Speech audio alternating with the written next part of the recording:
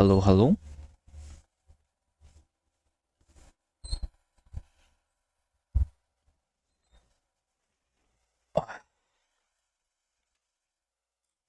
And welcome to another stream where we work on the programming language Kast.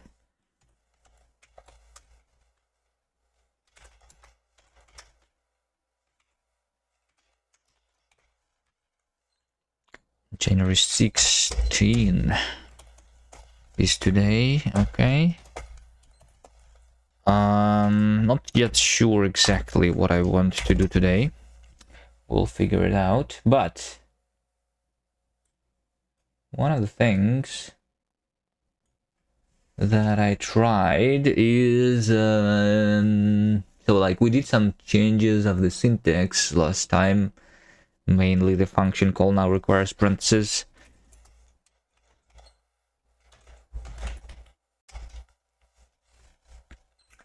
The biggest issue, so like I updated my bot with it, right? And while I was updating my bot, I figured out that if I try to run the bot using the interpreter, then it is really slow. Like the speed of my interpreter is just absurd now. It is really slow, so maybe I should try looking into that. Right, there's we have Advent of Code solutions, we have the Twitch bot, right? So let me just show how the Twitch bot works. So if we go to project Scooby bot here,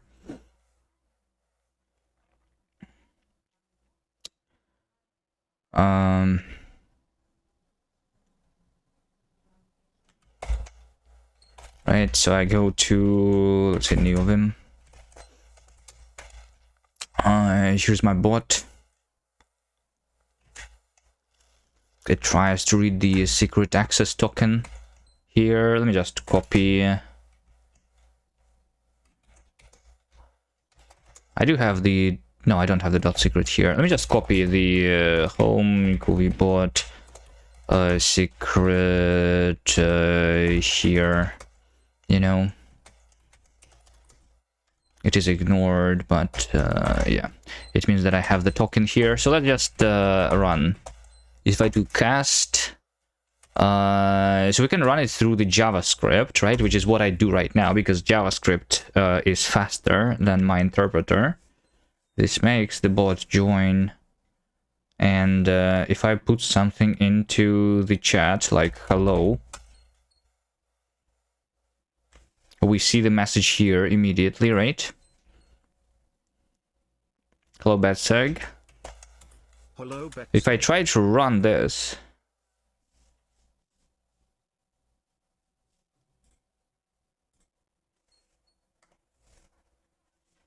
without the JavaScript, but through the interpreter, and then I try to do the test. So I typed it in chat right now.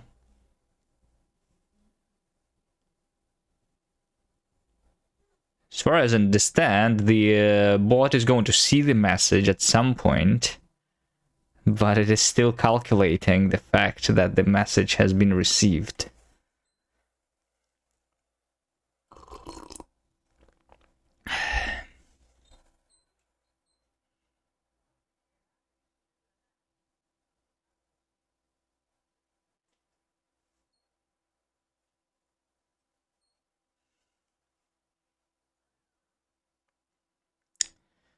When will we be getting Tokyo and Kast?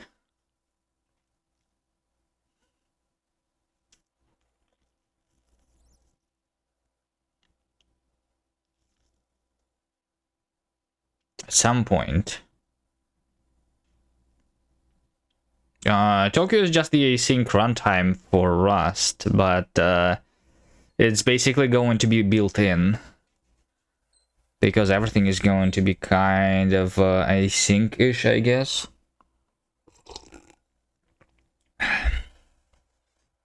Is it really still calculating the message? I'm not sure what's happening even right now.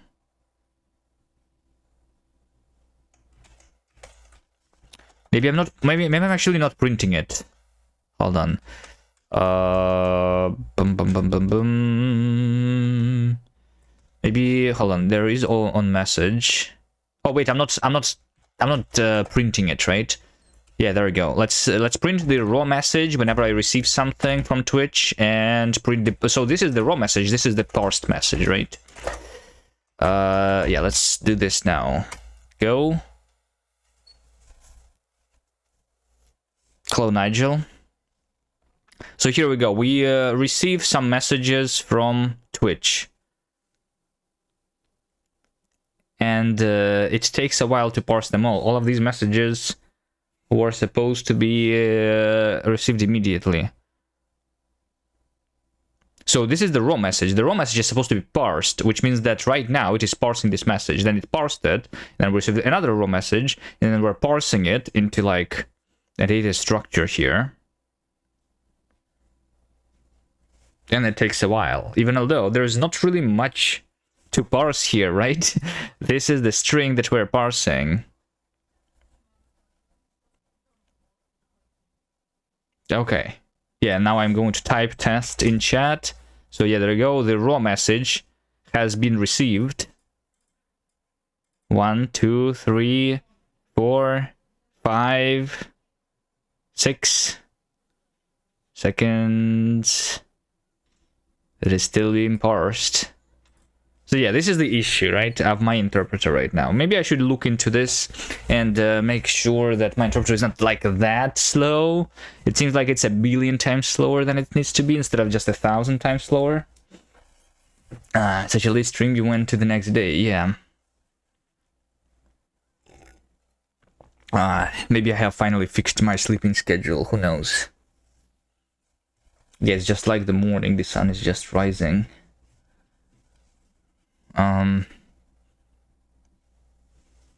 Hopefully it will not be there for a long time. Yeah, there we go. It has parsed after like 30 seconds. Yes.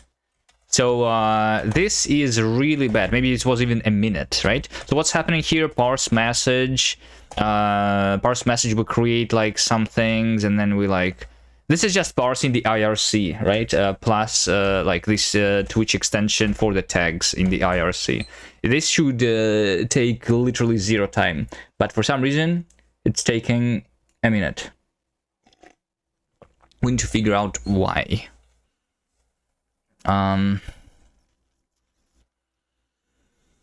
Okay. How do I figure it out?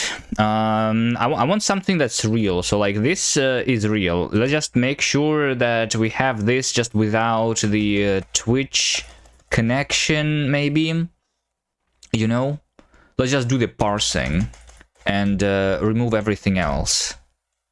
Yeah, that sounds like a plan. That sounds like a plan. So let's copy.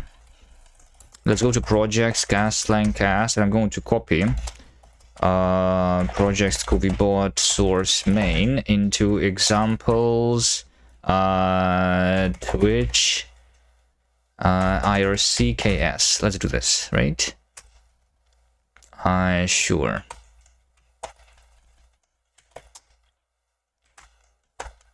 Examples, Twitch, IRCKS.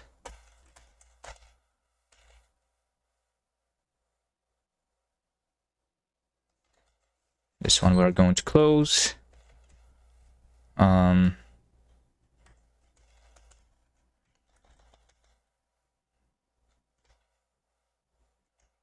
supposed to see the thing, right?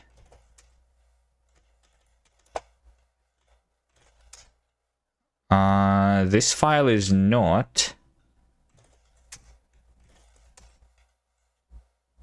This file is not syntax highlight. Why not? Oh, I mean, it's probably not because... Well, it's not supposed to be compiled because I have the include here. Text commands and abilities, we don't have those. There we go. Now we actually... Yeah, wait. But why would that stop me from having syntax highlighting? I don't know. All right, let's just make this example smaller. So we're not actually going to connect to Twitch. Let's see. I'm going to be looking into performance issues. Okay, so we're not going to connect, and we're not going to be sending the messages. I just want to basically, so this is the message, this is the parsed message, and I want to be able to parse the messages, that's all. User, parse user, on message, we're going to remove that. I'm not even going to have the loop here at all, right?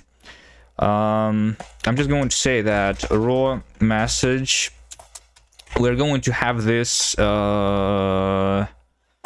just directly here, and then we're going to parse the message and we're going to print it. That's all that I want to do, right? So what is my raw message? Hello, Msoft. Good morning. What is my raw message again? Hold on. I closed it already.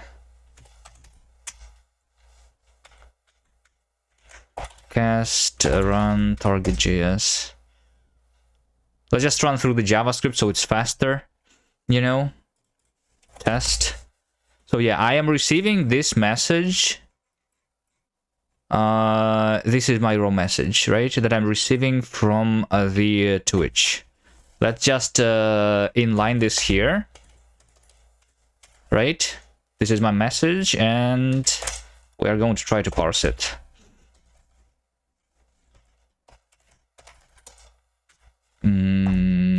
Discard that. Go away. Okay. So now we're just going to try cast run target JS examples Twitch IRC, right? Like this. So yeah, there we go. This is what we are parsing into. So this over here tags, this is a map which is backed by a trip, which is why we see this. This is like a binary tree with left and right subtrees. So like, yeah, we have a bunch of key value pairs, right? So we have a key turbo with value of 0, whatever that means, right? Turbo, right? Yeah, turbo is equal to 0.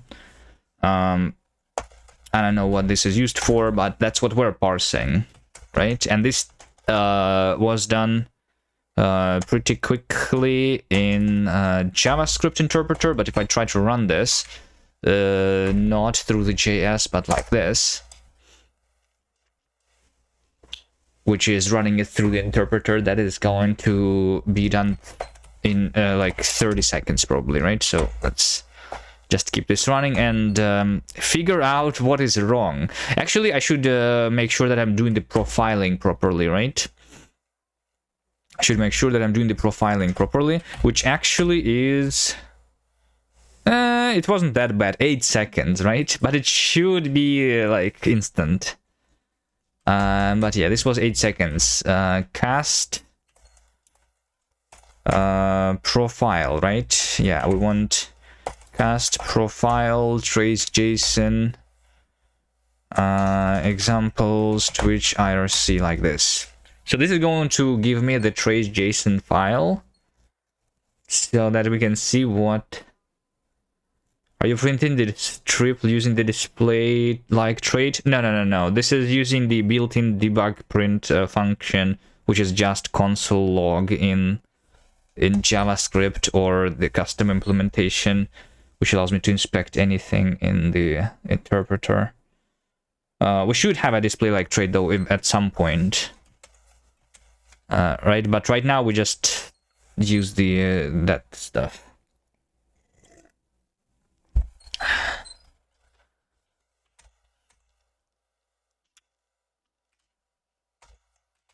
But yeah, PR. You want to do the PR, which is doing the display trait. I feel like before I'm doing the display trait, I want to have proper derive macros, because like for the most things the printing should be derived, right? Also, like, I don't think we can do trades for the generic things yet. So, unless we, like, have a form of, like, specialization of printing, like, if the type implements the trade, then it's going to print it in one way, otherwise it's printed in the other way. Unless we do something like this, I cannot really do the trade yet, I think. Because we can only implement the trades for simple concrete types right now, not for anything generic. Yeah, I understand that, like, the Haskell show, like Rust's display or debug is what we want.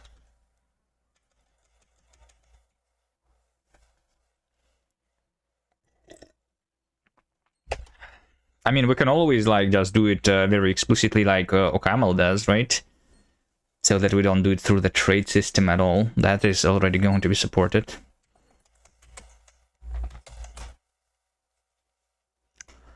That's already possible. Did I do the profiling? Yeah, I think I did do the profiling. So now we want to open the profile, which is... I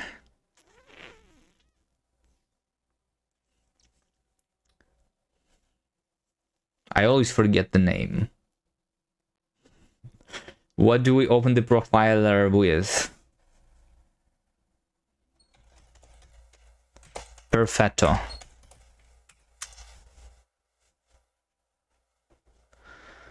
Trace viewer. Open trace file. Trace JSON. Okay, here's my file, right? Here's my file. Yeah, so this over here is what we were doing. Let's select that and do the flame graph. All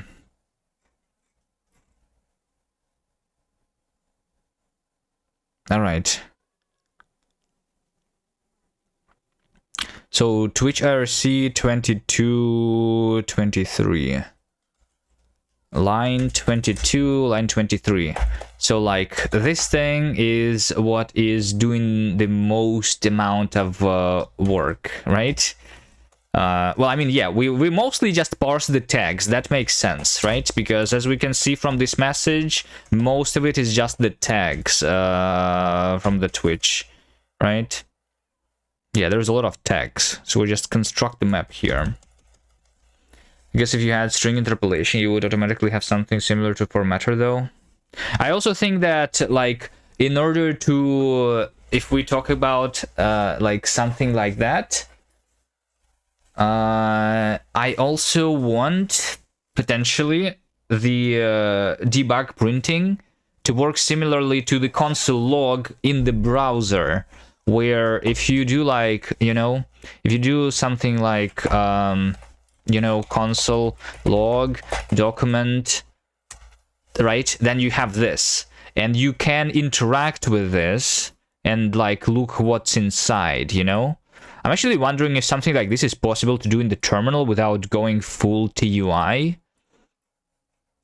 right? But I'm not exactly sure how this is implemented in JavaScript. I think you have, like, some inspect maybe method on your objects that allow you to customize how this is shown, maybe. I'm not sure.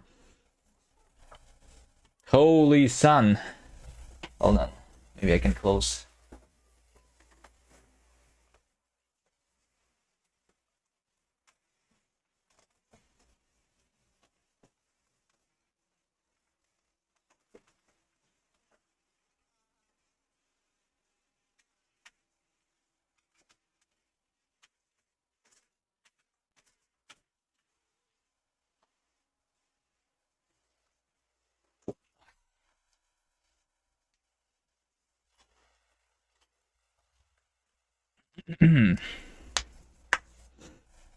So yeah, what I'm saying is that the debug printing, if it was something that outputs interactive thing, that would be nice, because I don't always care about all the fields of the object that I'm inspecting, right? So I want to be able to click on the things that I actually care about and see this stuff this way. That would be really nice, right? Not sure if this is something supposed for the terminal console, therefore objects.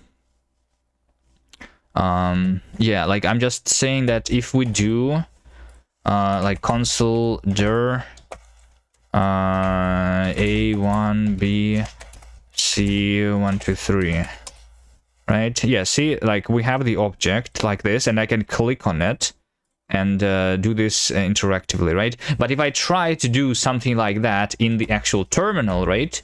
If I run the Node.js, and if I say console dir, like the same object, A1, B, C1 to 3, something like this, then this is not clickable, right? But in the case of a huge object in the terminal through the Node.js, it's going to be like more difficult to find something that I'm actually looking for compared to the browser because I don't have the interactivity. So maybe the terminals don't support this, but we can always just do a TUI, right? I can make like we are supposed to be able to work in the browser and in the terminal. So like you know, we should support outputting interactive views, whatever that, or whatever this thing is called here, right? And then if I run my program, maybe like the REPL could be a TUI. So if I am in the REPL like I am in the Node.js right now, I can make my REPL actually a TUI and make this interactable this way. And like that interactivity would be detected, you know, and stuff like that. Something, right? I'm not going to work on this right now, but in general, this is my idea what should be done.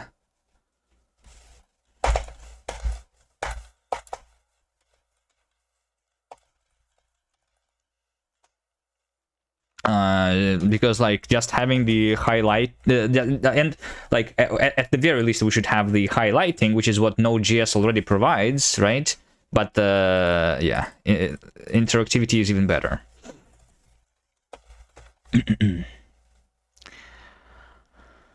Okay, I was looking at my performance flame graphs, right? Yeah, well, I mean, I feel like it is just very slow. Maybe we can see something in if I do the bottom up.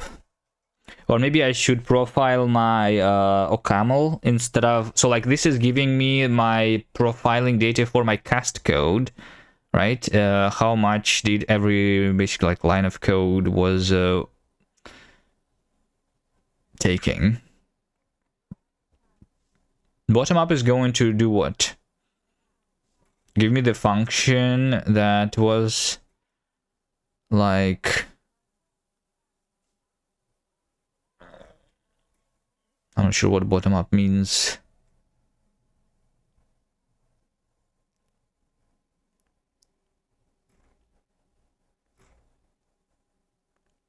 Oh, we need to do it at the bottom, right? This over here, the syntax. So syntax 31. Let's see what syntax 31 is. Syntax KS line 31, right? So this is just literally adding, right? So adding the numbers together. This is what takes 2.3 seconds in total. And then this over here is instantiating at syntax 16, line 16 is equality, right? So for equality comparison, we are also doing 1.5 seconds and stuff like that, right? Okay. Jane Way, what is this? npm. Vector 3.0 in buffer inspecting with a built-in hex viewer. Interactive command line that always has focus, autocomplete, output is clickable. Is it just like...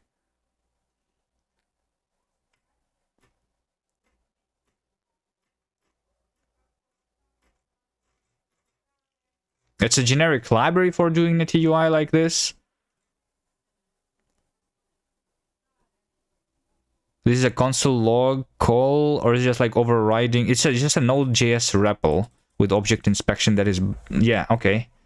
I see.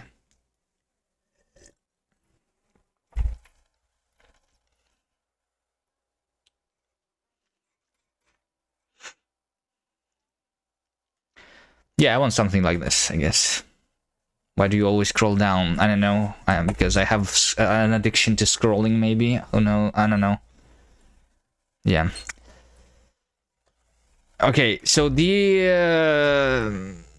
thing that I am pretty sure the problem is that we are doing too much like substitution and inference at runtime, which should not be happening. Let's try Kast. Instead of doing this profile, just profile examples Twitch IRC. Let's do this.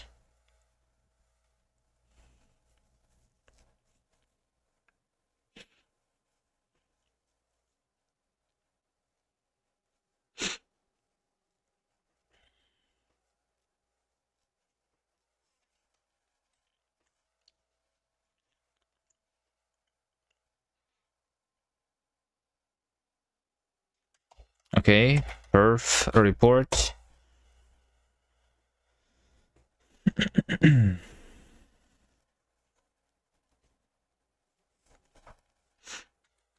Over here, Kast inference, unite data, right? So inference is what is taking the most time.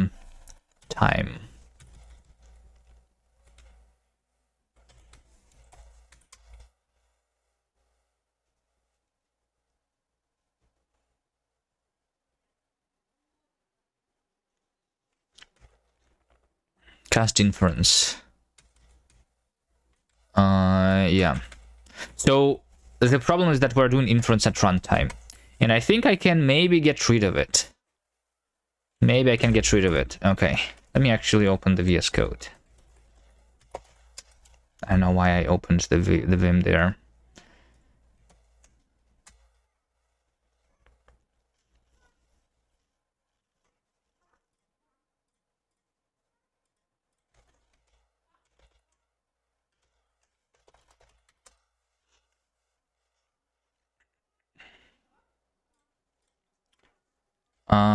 All right.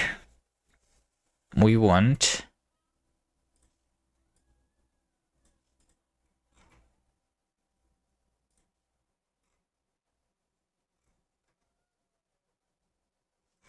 wait, why is there no auto-completion, no syntax highlighting in this file?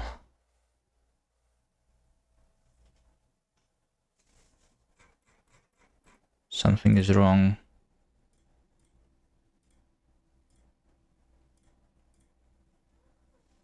What window manager do I use? Hyperland. Wait, do I not have the syntax highlighting in the standard library? No, I do. What was the thing that was opened just a second ago?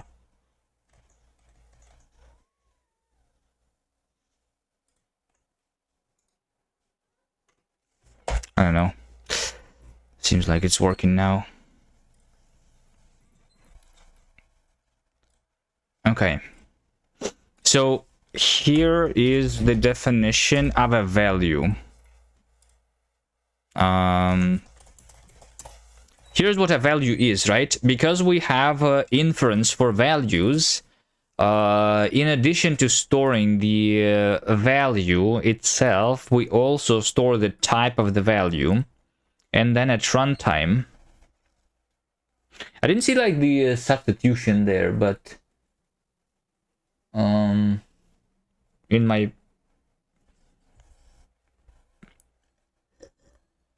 performance report, but I'm pretty sure this is what is happening.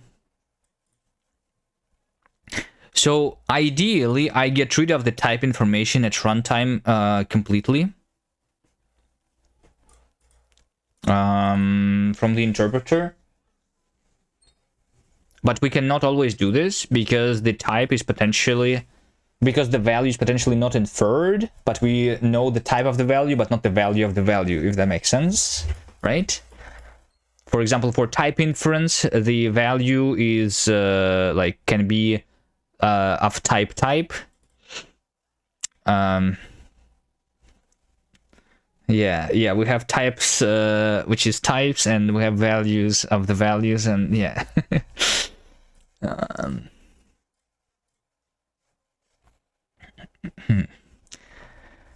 So if I just try to remove this, though, it is not going to work.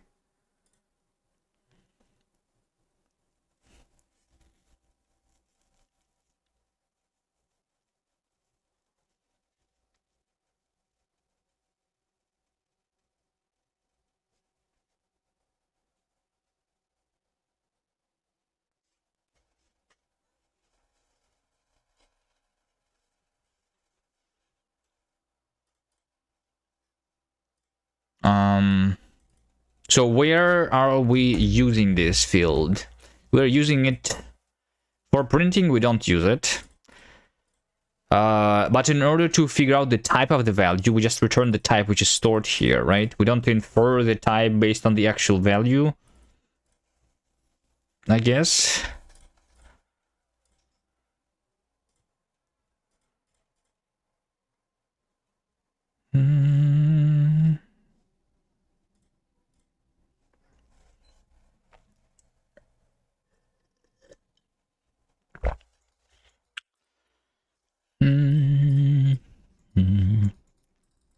Let me think a little bit. I don't have a plan. We also might look into something else.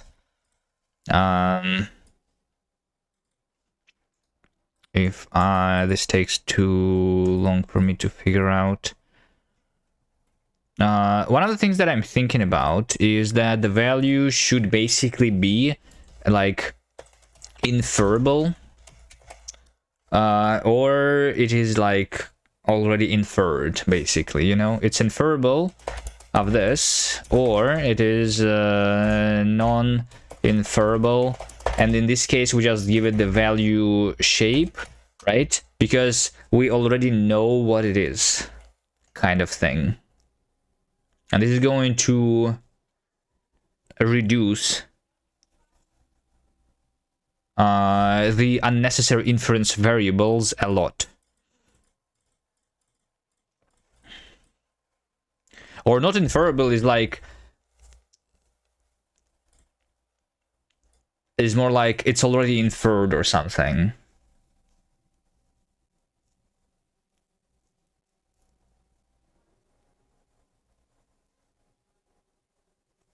Like,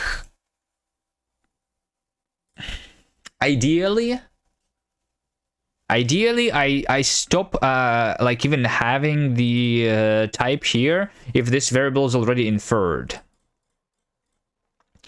you know? What I have a value is something which has a state, which is value state, you know, and value state is I guess inferable or inferred, and this is going to be like mutable. And then whenever we figure out, like over here, this basically means that this is not inferred yet, so we initialize it to the inference variable and we store the type so we can like get the type of it, right?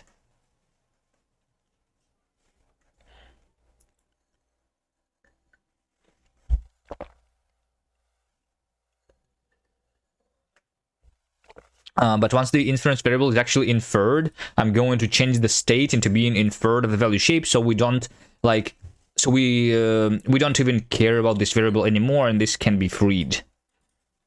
Maybe.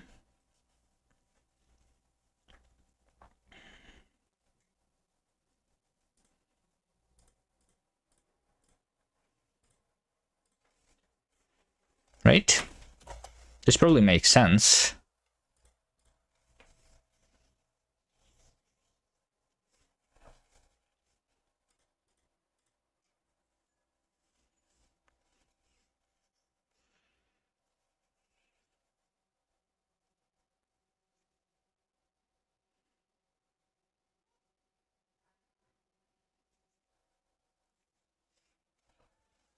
even if it's not mutable, and I like keep this, a lot of the values are actually inferred, and having the variables for those and like is too much. Let's try this though. But one of the things that's happening here is I am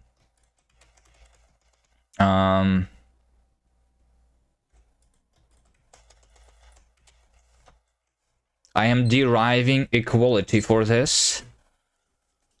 So now if something is inferable and then it is not inferable, then this is going to be not working anymore.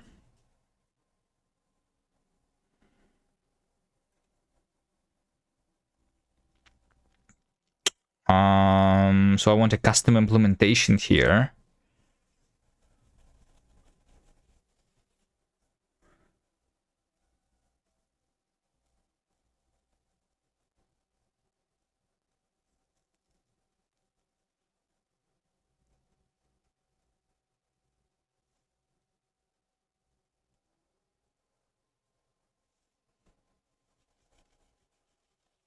Right?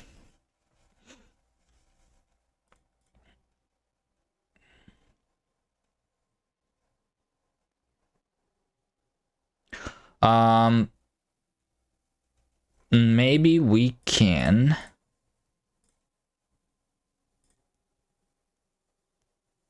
No, I cannot.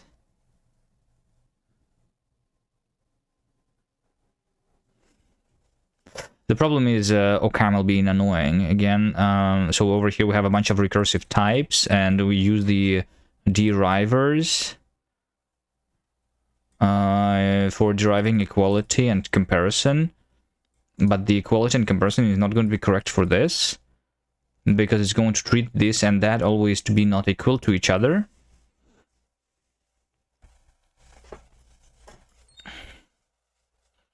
But I cannot implement this manually only for these things. I must either do it manually for all the types,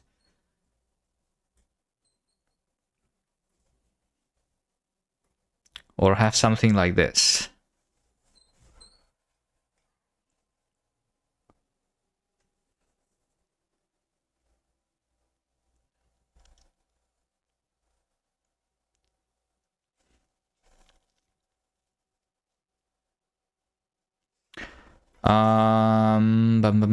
Or maybe, hold on, we do have like value equal compare equal. Oh, we do this thing. Yeah.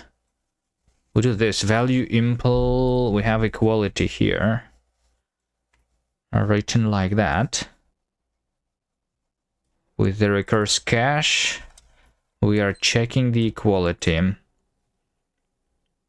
So if these are two values,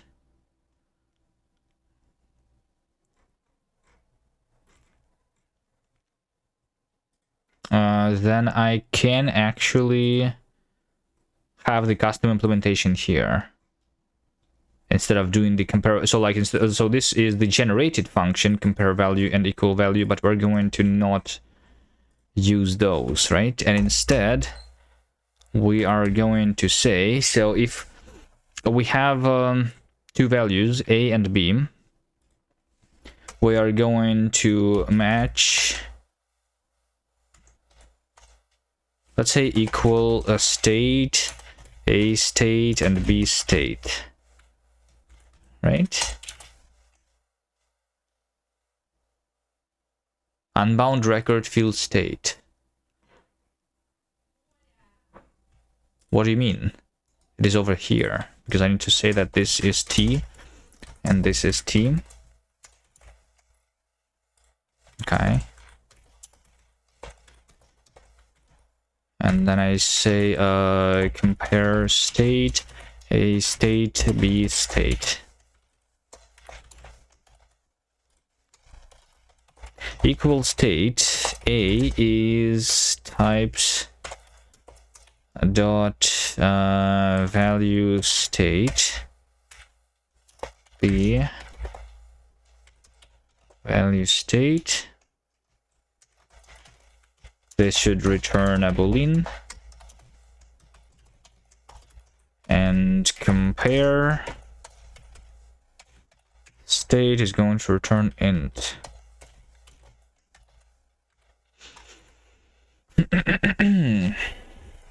Okay, yeah. So what needs to be done, right? If they are both inferred, right? So yeah, the only problem is when they are both not inferred. Yeah. When they are both not inferred. So we're going to match. Let's do this. I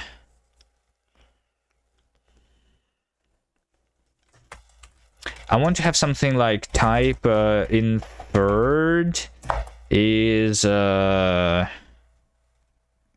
the infer like I don't know, maybe inferred, I guess. It's going to be either inferred value shape. Oh wait, maybe we need to like normalize the value state, right? Yeah, that's what we want. Normalize state, which takes state, which is types impl value state, and this returns the state again, right? So this is going to match state with if it is inferred shape, then it is going to be inferred shape. But if it is not inferred,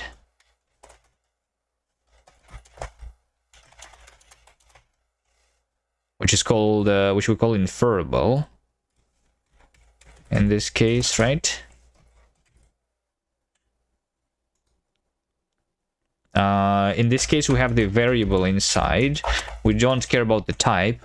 We're just going to say that now match var inference var inferred, right? So if the variable is actually inferred,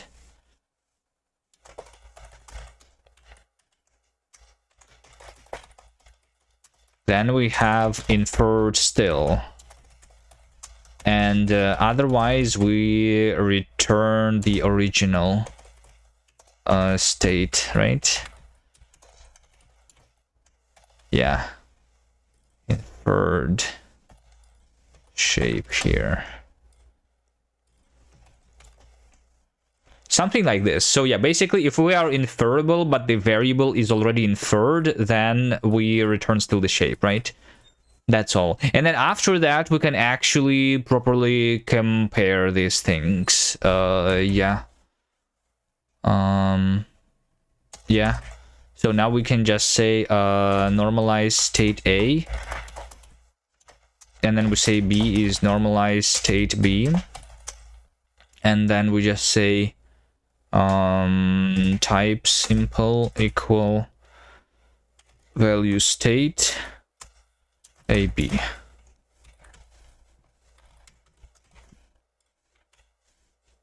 Compare. This is not like exactly correct, but okay.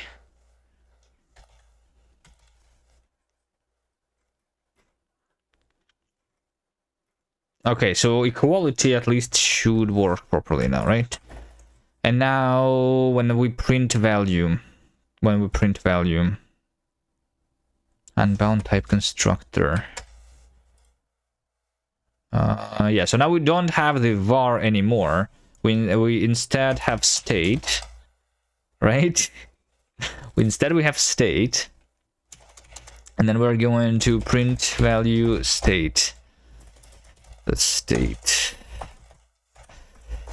and print value state formatter value state unit is function fmt state match state with inferable. Then we do this. If it is inferred shape, then we print value shape fmt shape, right? Okay, this is good. Okay, now what is the a var scope of a value. Okay, sure. There's going to be function state into all value state and of value state var scope function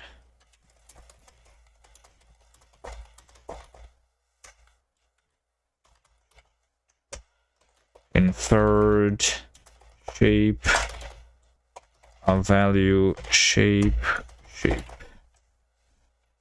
Okay, inference unite value. So now when we okay, so now we are saying that two values must be the same, right? We are doing the unification.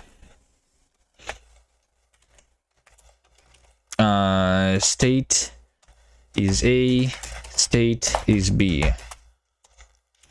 This should just return state is unite value state AB, and unite value state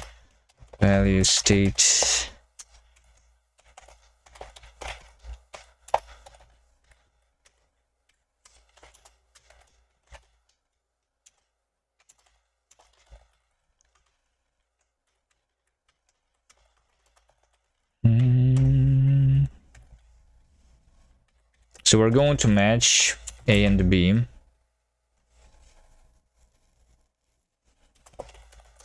So if both of them are inferable, then we do the old inference stuff, right?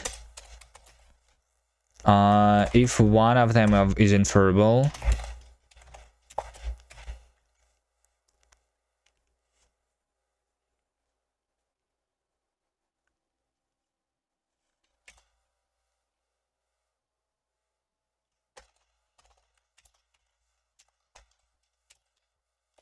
and the other one is inferred,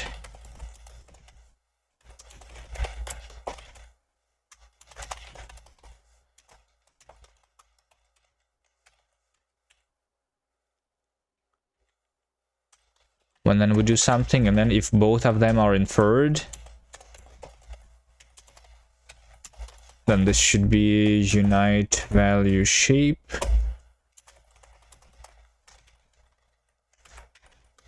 inferred. Okay, what do we do in this case? If we have inferable and inferred, then the unification must necessarily be the inferred one, right? We say inferred shape for sure, right?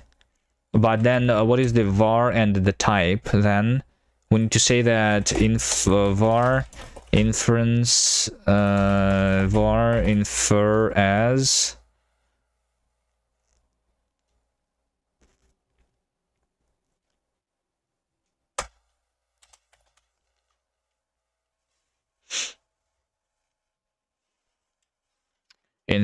shape, infer as takes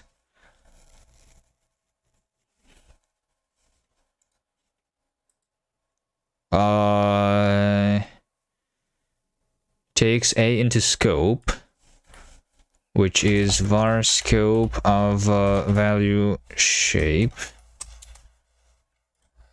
then it takes A unite, which is unite value shape,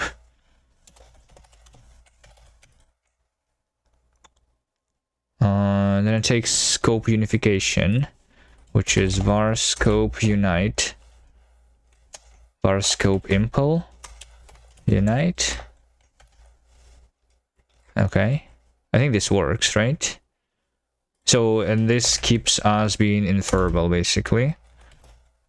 Okay, so now there is only the type here, which is not used. If I unify a value with an inferred value, do I even care about the type? Because like this one is, because we already know this. But if this type was used somewhere else, then I still should set the type of the variable actually. right? Right? So I should say unite type and type of value shape.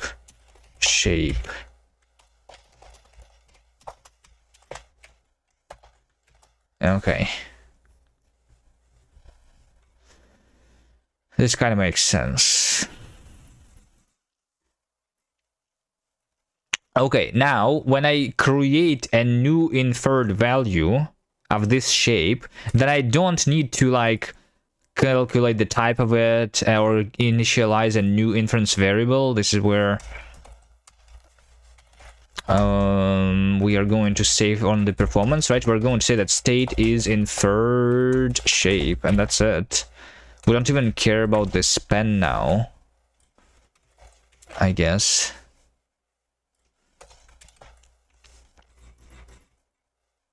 Okay, but when we create a new not inferred value, this is where we create the new not inferred type, new not inferred value, variable. This is going to be inferable, and this is going to be the state of my thing. We have like this indirection where a value is just the state, right? But the idea is that we mutate the state once we actually infer the variable value, so that we don't like use that anymore. Which means that once we have this inferred, right? Yeah. Let's do this. This is the value. Right, so are going to, this is my value. So value is this, right? But once the value has been inferred to the value shape, we are going to say that value state is now inferred value shape, right? And we're going to say that the type is like this. Yeah, sure. Type variable. Once we infer the type, then we also infer the value shape and this variable.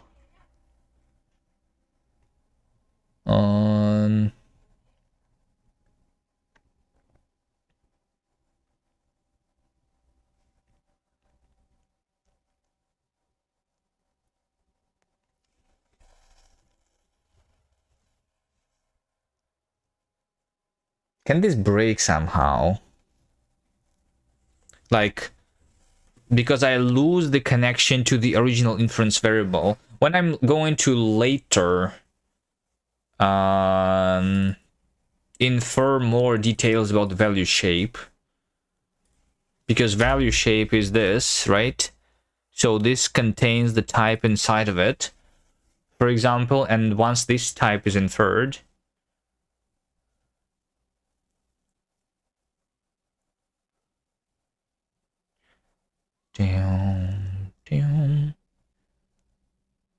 actually, maybe I cannot do this.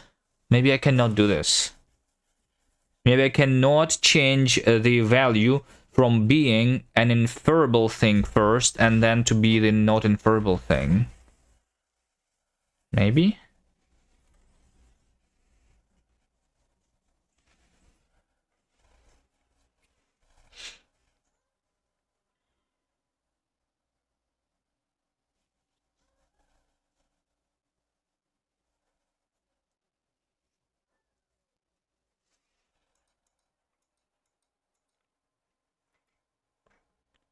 Because inferred value is not the value that is inferred fully. It can contain other not inferred things inside.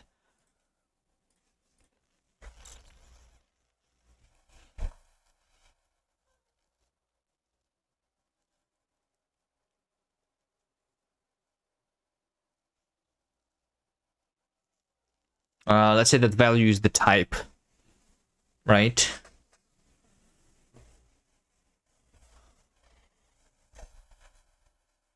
Well, the type is also a thing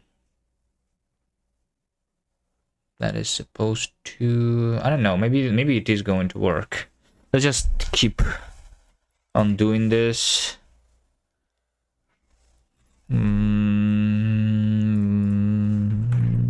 Let's keep doing this, right? New.verb value of type. We just say that value type. Yeah, can I say that? Let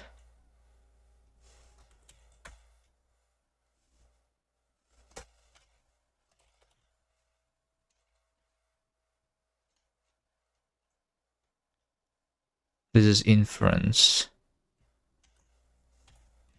type of. Can I just say, hold on, type of value? Value?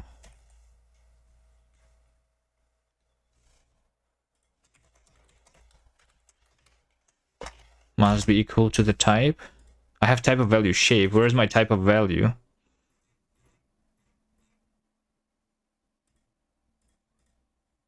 I don't have it.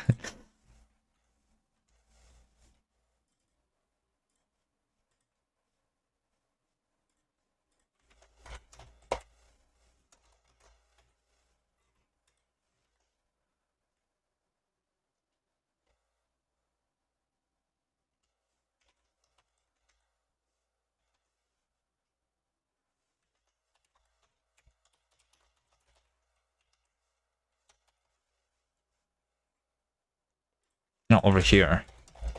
Type of. Yeah. Fine. Let's just do over here. This is going to be inference simple type of value.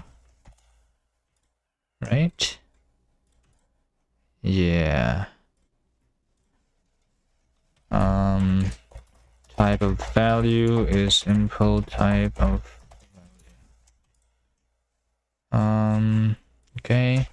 And type of value type is okay, we just match function value match value state. If it is inferable, a variable and type, then I'll just return the type. If it is inferred shape, then it is type value shape.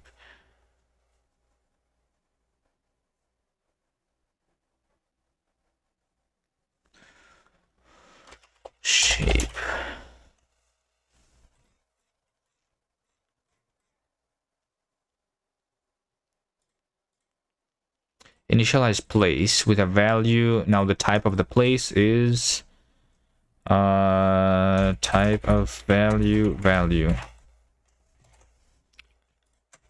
Now when we want to await the value to be inferred, this is not necessarily inferable, right? So we're going to match value state.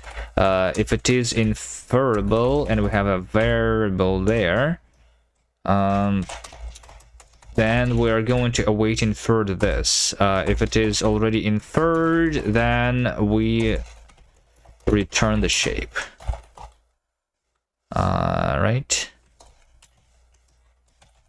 Yep. Okay, inference completion, complete value. Complete value means that it should be inferred, right? Okay, let's just say value. We're going to match value state. It is inferable var type. Then we do this. If it is inferred shape, then we complete value shape.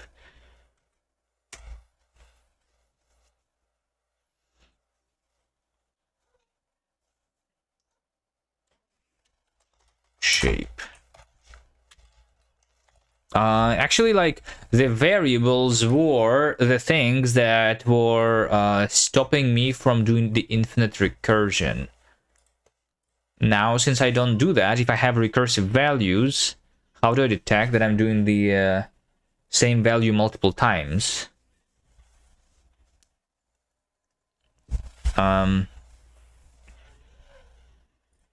So that's going to be part of the state then. The inferred thing would still have an ID for the recursion purposes.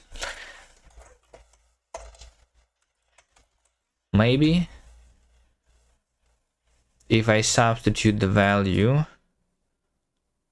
Oh, yes. So we are going to match value state with inferable type.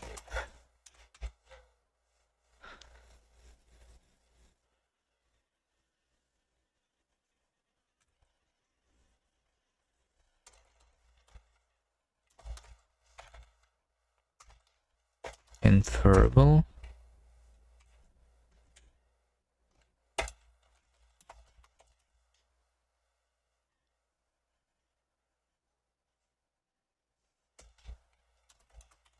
Var is subvar.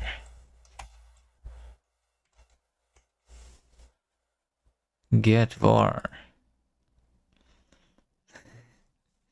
Now this is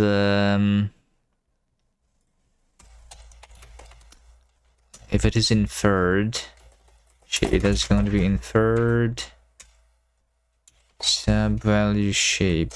Okay, well, hold on a second. Sub value shape is something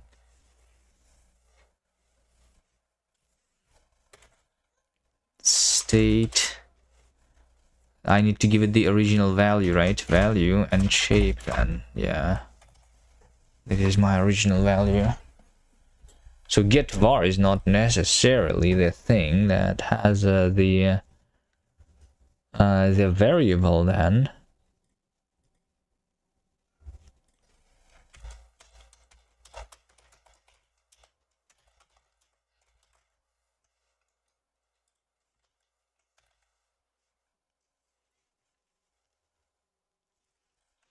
So whenever I'm substituting the variable, I need to get var. Get var original value. But then I also get var subbed so that I can unite them.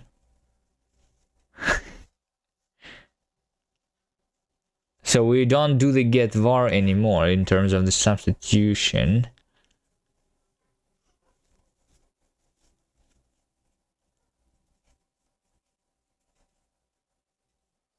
I should like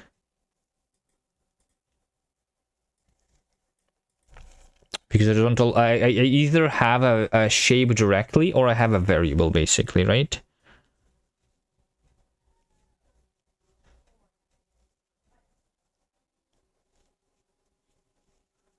I either have this or that.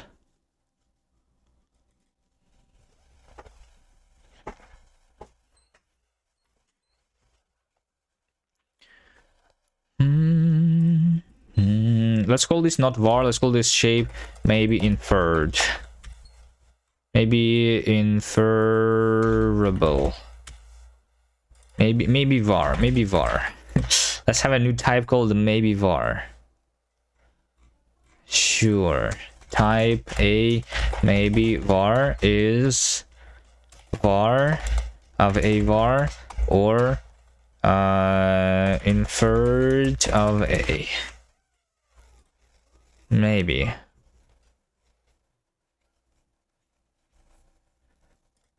So get var is the thing that should return a maybe var, right?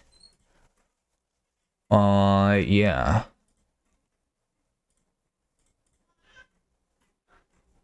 Yeah.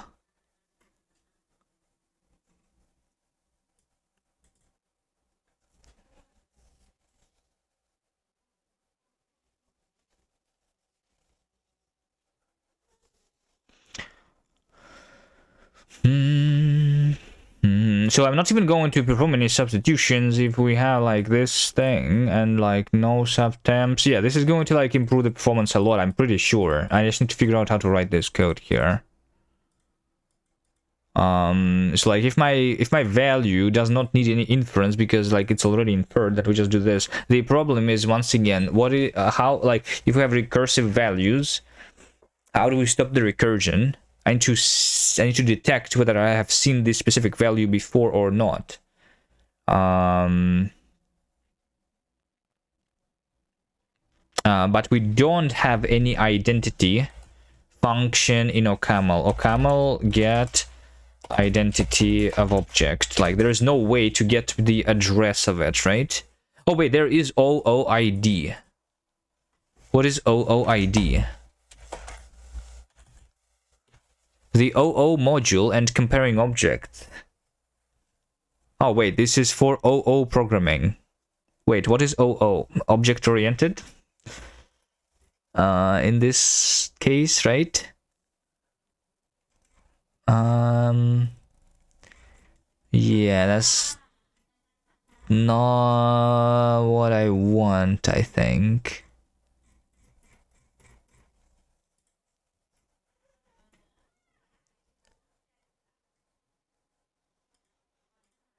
OCaml identity function. I'm wondering, why do we need functions like identity, which is the same as let A is A?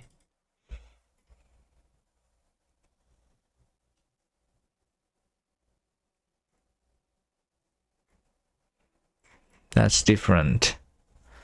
Like,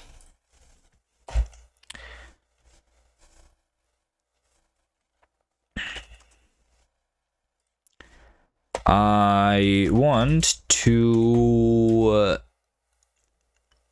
make sure I'm not like, I have some recursive data in OCaml. How do I make sure I don't go infinite recursion when traversing it? Right? Maybe like, well, so for the inference variables, I have the IDs. You must make cycles impossible or explicitly track what you've already seen, right? So how do no, I want to have the cycles representable. But how do I make sure track visited nodes, right? If your structure is a graph, you must track identity, physical equality, and a visited set, hash table.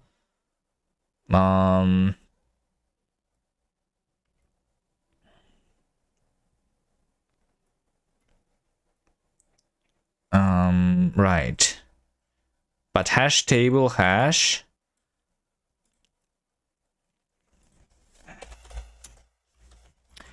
But hash table hash is itself going to be recursive, right? Because it's not just hashing the address, the wrapper of the object. Yes. Because table hash is structural, it will walk the value. It will recurse forever and blow up. So we hash by identity, not structure. Use OOID, the least cursed trick. Okay. So there is OOID. Now, if your nodes are objects or can be wrapped, like I can make my own IDs, right? Is that what they're saying? Yes, I can do that. But if there is something,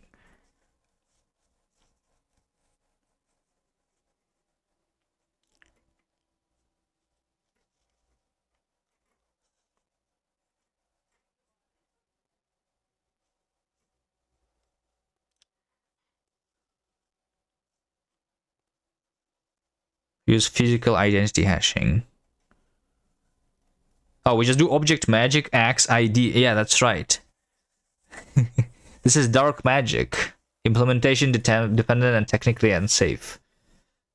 How would object magic and behave in JS of OCaml? So in native, a camel is literally just pretend the value is an int. So on native, int is tagged, objects are pointers, using object magic. This way is undefined behavior. In JS, all values are JS values. Object magic just passes the reference along, it doesn't insert a cast because JS is dynamically typed. So magic O end becomes whatever O is, returned as JS number. If O is optional an object, it does not crash immediately, but using it in the arithmetic will give none or undefined behavior at runtime. Okay, like, yeah, this is not... Yeah, okay, I guess, like, we just generate our own IDs to make sure that this does not happen after all. Right?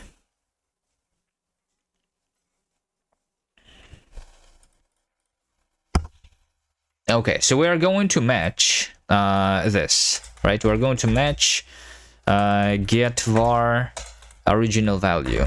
If it is an actual variable, then we're going to do all this stuff. If it is not a variable, so it is an inferred, right? In this case, we still want to detect if we are recursive or not, right? So we still need the recurse ID of the thing. So inferred thing still needs the recurse ID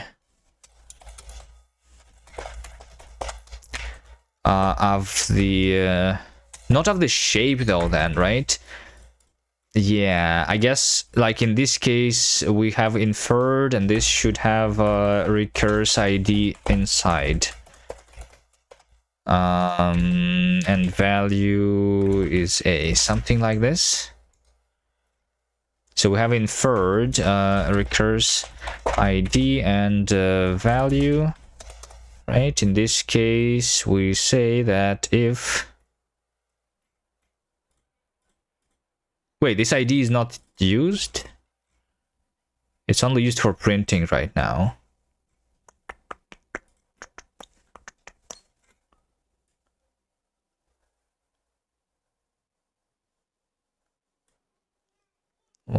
Because we just have the sub vars. Yeah, that makes sense a little bit.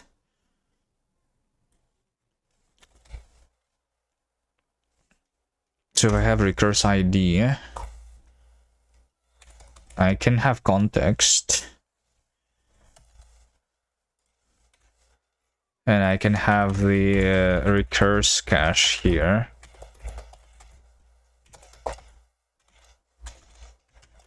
Recurse cache make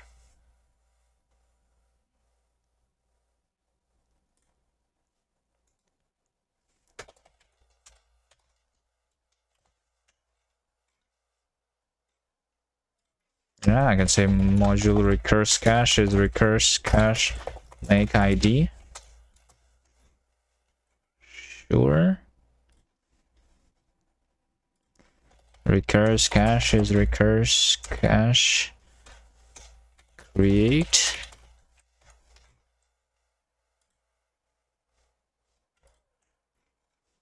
What do you think about NeoVim? What is there to think about it? It's an editor for text. If you're into editing text, then it's a tool that you can use, I guess.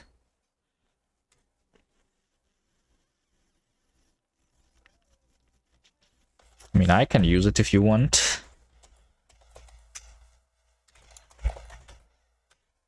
Let's try to use it until I no longer want to use it, which will definitely happen. I'll keep my VS Code still open, maybe.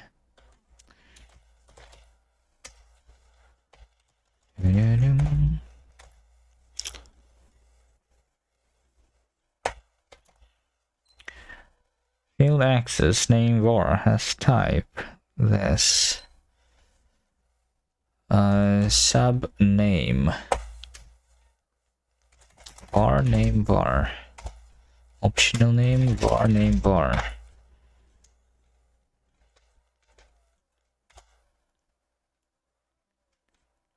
Subject type, just give it the variable. Var.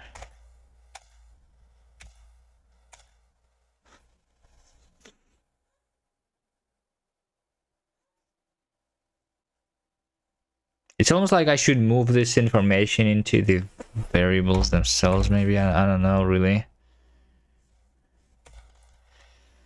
Okay, here we are. We have the recurse ID. I need to check that if we have context recurse cache, if this recurse cache is visited recurse ID, then...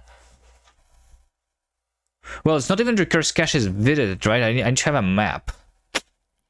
I need to actually have a map.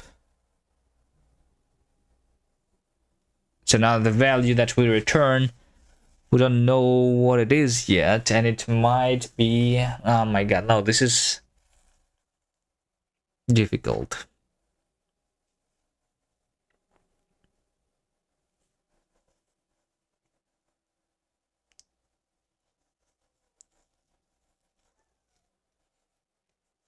Because we need to substitute into the temporary variable still. What does this language do? My language just lets you write programs in it because it's a programming language, you know. It's a general purpose language. You can do anything with it, supposedly.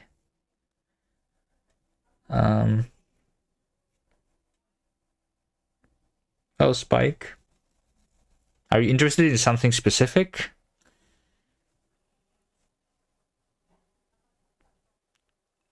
It's supposed to be a powerful programming language, allowing you to do anything. So, yeah. With a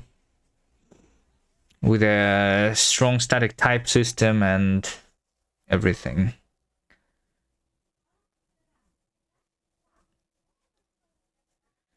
I think I might stop what I'm doing, actually. This is difficult.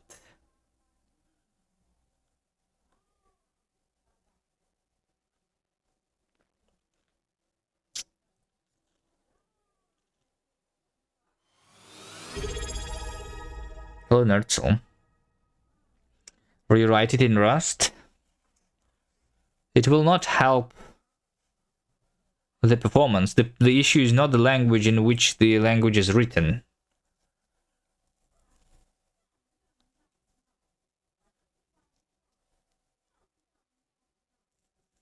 What does the syntax look like? Here is this thing that I was trying today. This is part of my Twitch chatbot written in my own language. So you can see some of the syntaxes here. We create a function, parse message, which takes the string message and returns the parsed message. So this is how you define a function. This is how you define a type with some fields.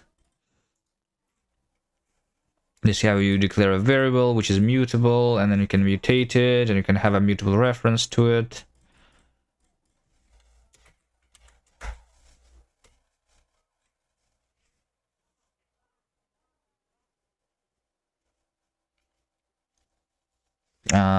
Over here, this is the variant types. This looks a lot better than first attempt. Isn't it the same? I mean, isn't it almost the same? You really like it now?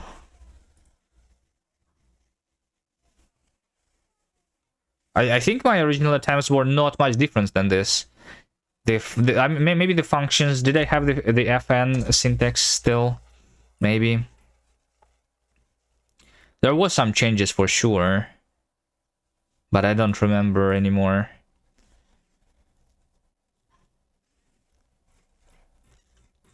But yeah, I have a Twitch bot which is written in Kast now, and we also solved the advent of code with it. Remember present versus current. I have it as the context, and I do use the current keyword. I don't have that in my Twitch bot though. Maybe in the advent of code.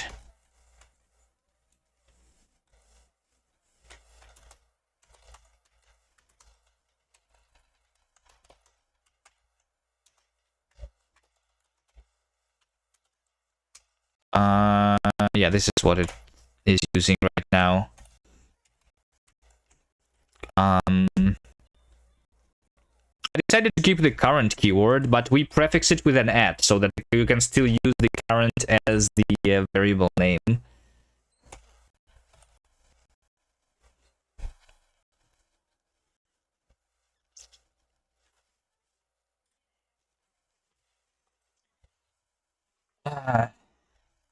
I'm leaving because of ads. I like the ad. I cannot disable the ads, right?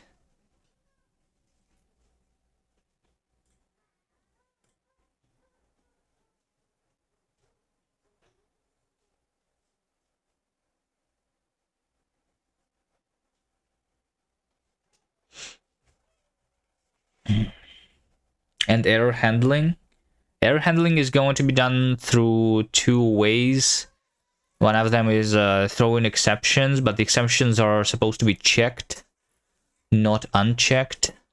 They are going to be done through the effect system. And another way is to store the is to use the result value, so you can easily convert the function that throws an exception into a result if you want to store it as a value, something like this. If you have like function f, which is so it can return something like an integer, right? But it can also throw, I'm not sure about like this yet, it's not implemented yet, but it's supposed to have some way of declaring that it can throw error, you know, like my error, and then you do something, right? And then you can say that result, which is like result, where OK is int32 and error is my error.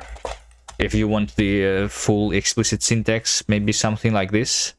And then you basically like try to call the function f. So this over here is a function that throws an exception. By using the try keyword, you convert it to a value, and then you can like do whatever you want with it.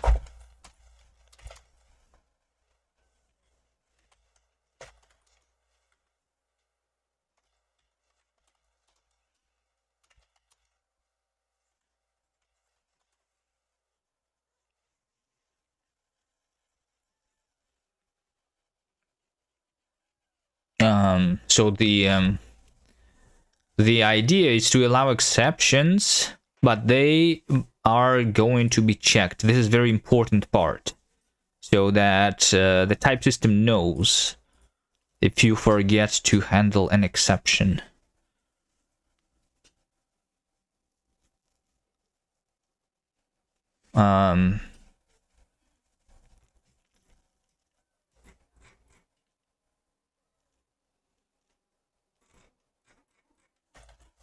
All right. So I was looking into my performance issues. I was just showing the my Twitch bot source code, and Twitch gives me these messages, right? So this is whenever we see the message like test in the Twitch chat, we are receiving this. Twitch is giving us a bunch of information that I am parsing right now.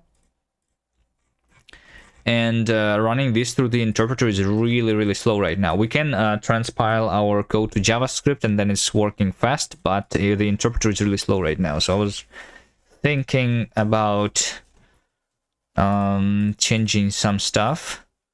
More specifically, I am storing a lot of inference information in my values, but I'm not sure if changing it is that easy.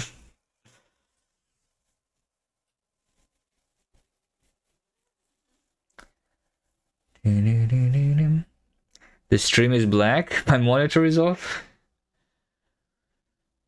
You don't know much about this.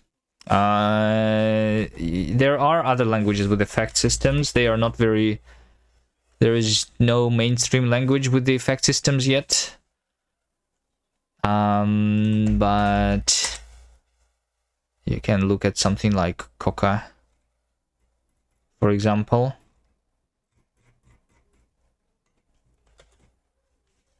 How come you stream at this time? Well, this is morning for me. This is 10:40 a.m. right now.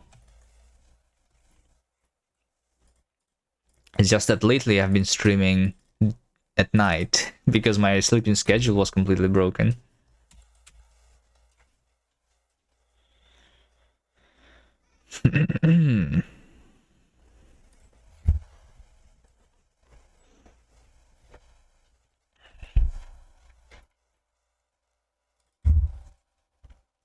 Yeah, so my performance issues come from the fact that I'm storing a lot of inference information at runtime, and I'm doing inference at runtime to make sure that the things are correct.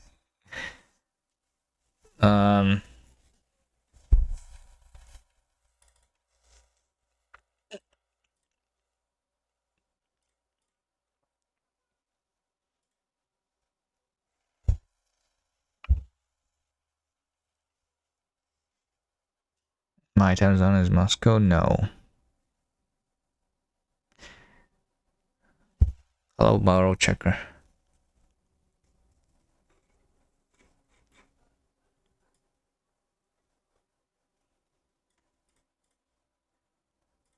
Bam, bum, bum, bum.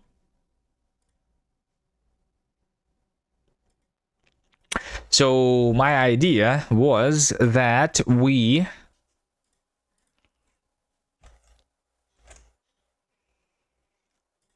have our values instead of previously every value was having the inference variable and also the type associated with the value inside of it.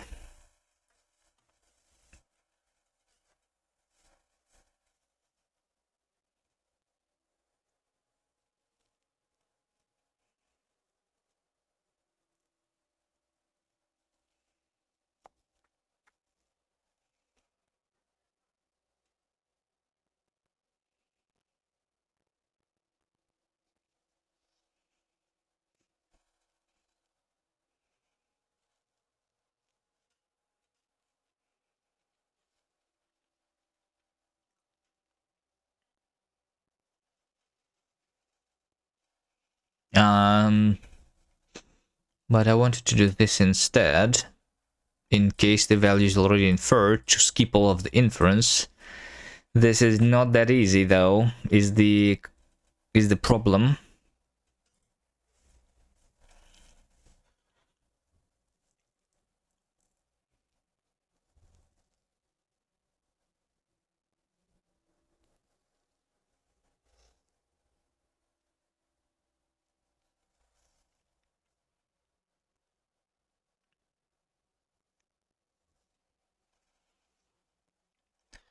Maybe if it's inferred, the only thing that I should change is the fact that I don't store the type.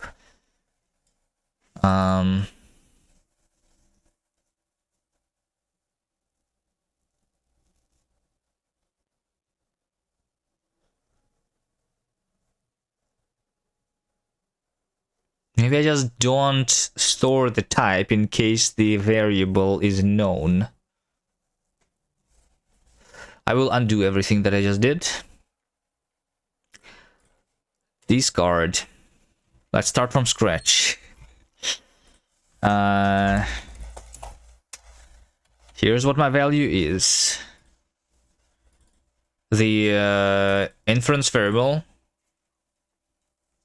plus the type.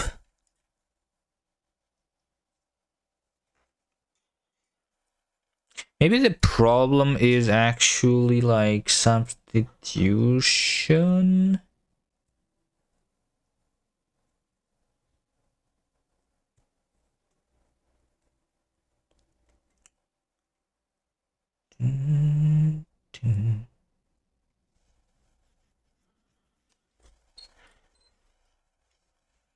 But where are you from? Does it matter? Why does it matter where I'm from? I'm from the internet. I'm over here.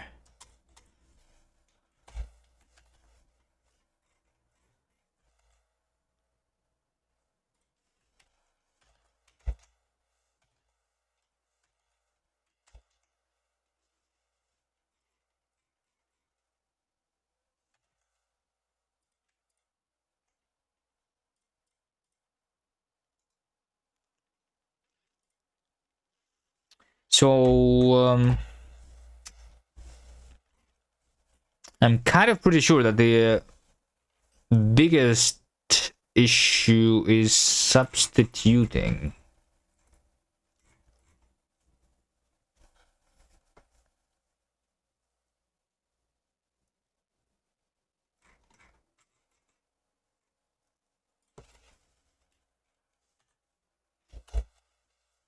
Substitution is happening in the interpreter whenever I'm calling a function. When I return from the function,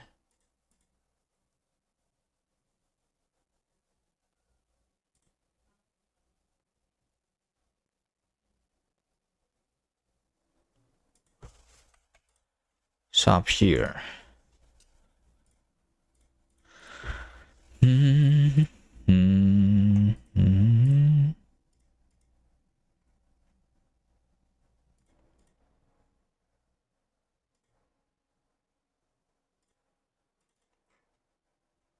Wait, hold on. I evaluated using the new state.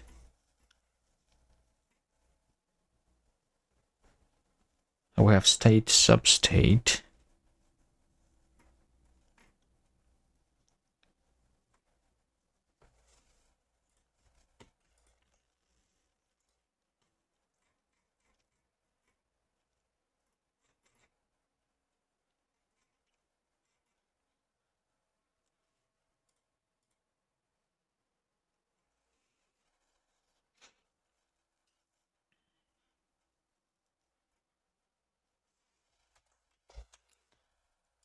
Let me open the perf report again.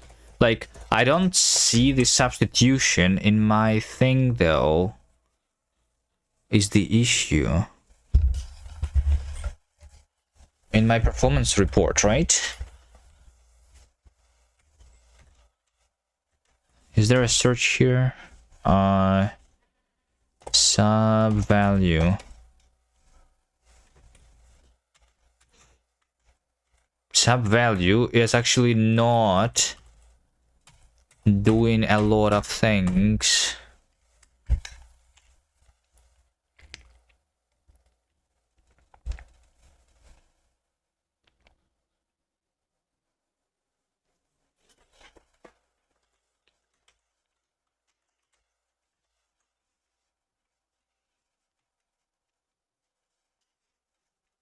Okay.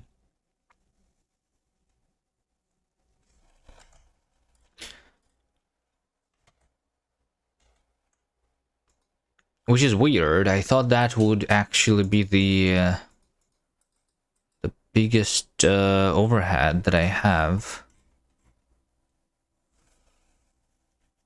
But it claims that it's not, unless my performance report is not correct for some reason.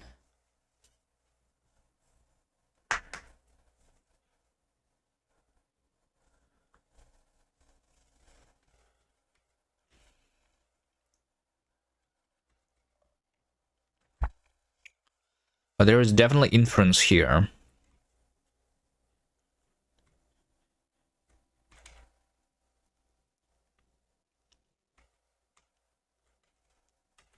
And a hash map. And a hash map is when we do unite data.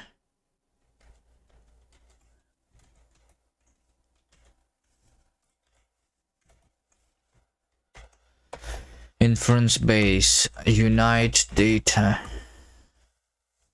I mean, yeah.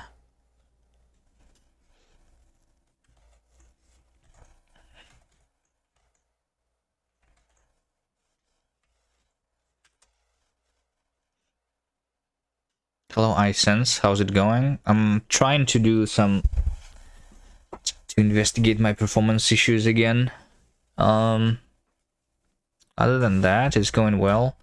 Maybe I will switch to something else. And like, if I cannot figure this out, though, it seems like I've been for 1.5 hours doing nothing already. Maybe we just ignore the performance issues. Performance issues in the interpreter, at least. Because we can improve the compiled, the transpiled JavaScript instead. Which also has performance issues, but not as big. Check unite. Check unite. This map. Check unite. Well, I mean, yes, this is only called in the substituting of the bindings. Remember sub, which means that it is the substitution of the bindings. But like, I don't see this function, right? Remember, sub is the function that calls into this. But I don't see that in my performance report, right? Remember, sub, right? Like, it says 0.02. But that's not true, because that's the only function that calls this. And if it is the only function that calls this, and this is at my top of performance, then like, I don't understand how my performance report is generated.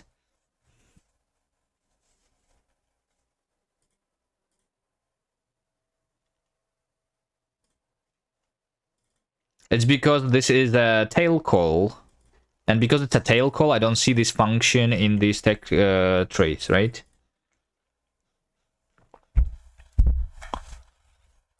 Which is annoying.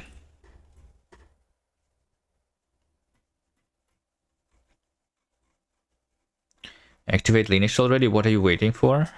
I'm waiting for the moment when I become rich and I can afford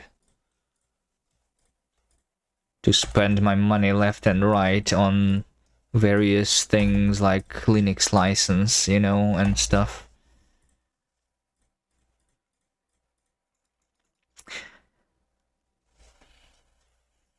Okay, so like, I'm just, yeah, like, it is the substitution for sure. It is the substitution for sure. Okay, let's think about it here. So whenever I say substitute,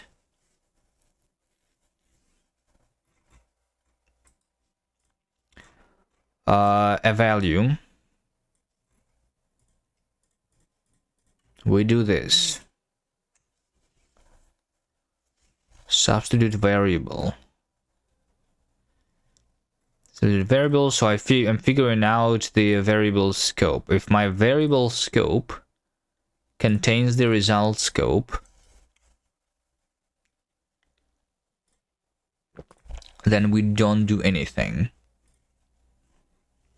Otherwise we do. Alright, how am I figuring out the scope? I'm figuring the scope by because the scope is stored in the inference variables. When I'm creating the new not inferred or the new inferred, I'm giving it the scope. If it's inferred, then it's going to be the scope of the value.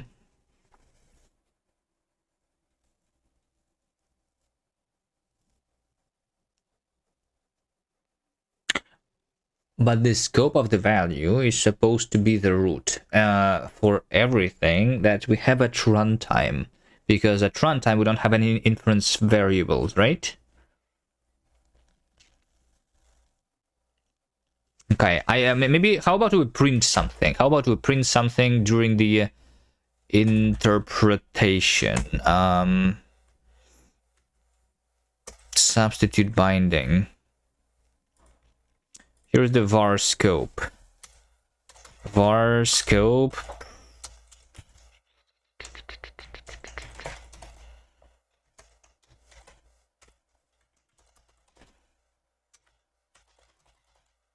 into our scope.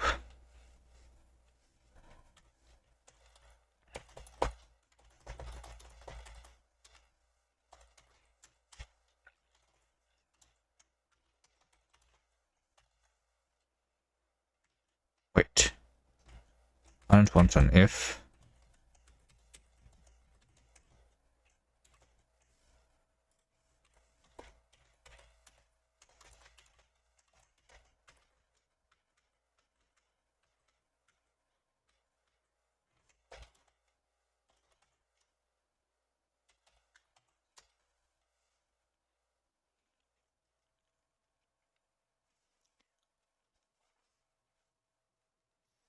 All right, so there's like a bunch of scopes which are not root.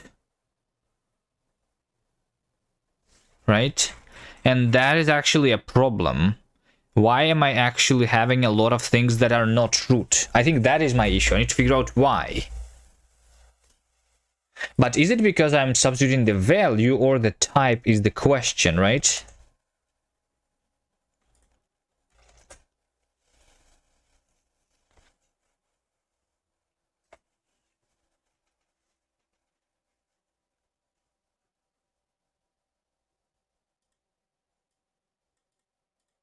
Because the value is of type T, and I'm substituting the T for the concrete type here. But if I have already the value, do I even need it? That's the problem, right? Maybe the only issue is that I'm storing the types along my values.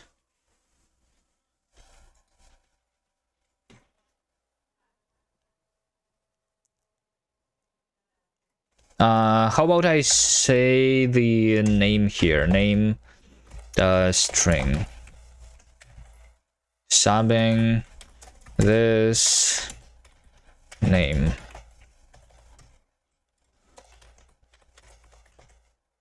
Right.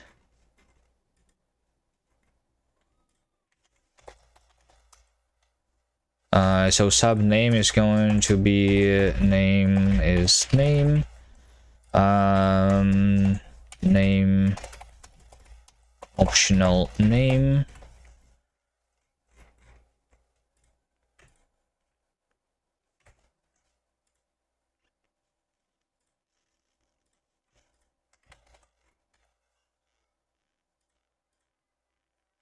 Oh, and give it a name here, right?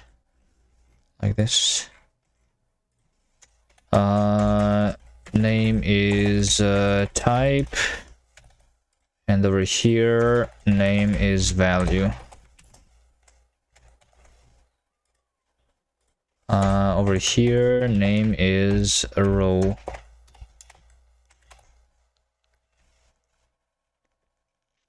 Let's try this. See what actually is being there. Yeah, I think it's all the types. Okay. Yeah, okay. We just need to get rid of the type information, right? I don't need to get rid of the inference variables for values. I only need to get rid of all of the types. We can also see... Wait, there is a value, which is this, by the way. But is this value just because I'm substituting like trip T or whatever? Probably, which is part of the type. I think so.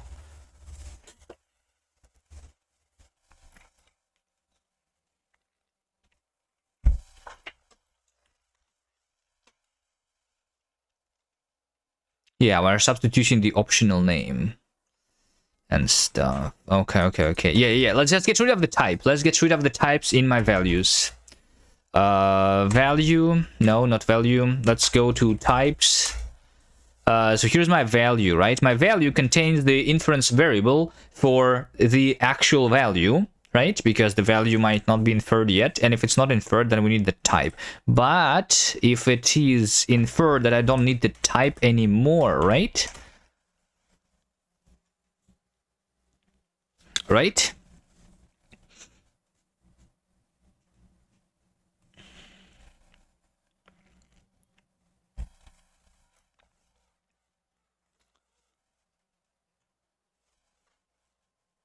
Right? Can I say that this is mutable and this is an optional type? So we're going to like remove the type if it's not needed anymore once the variable is inferred, I guess. Okay. So for example, the type, no, this is a var scope of value. This type is optional, right? Yeah, we are doing the deepest, but we're going to match type with some type, then we do the deepest after all. But if it's none, then it's just inference var scope of var. Okay, if it is, if I need to unite values, unite option, unite type. Okay, inferred value, right? So when I construct the inferred value, I don't need the type anymore, because we know the shape of the value and it can be known like that. New not inferred value. So this is similar to my previous attempt, but we just only get rid of the type. New not inferred value. So when the value is not inferred, then the type is going to be some type after all. But once the type is inferred, or like, no, once the value is inferred, then the type is not needed anymore, right? Let's do this value. Yeah, literally just like I did before. Value is this, and I return the value, but once the variable which contains the value shape has been inferred, I just say that value type is none. Okay.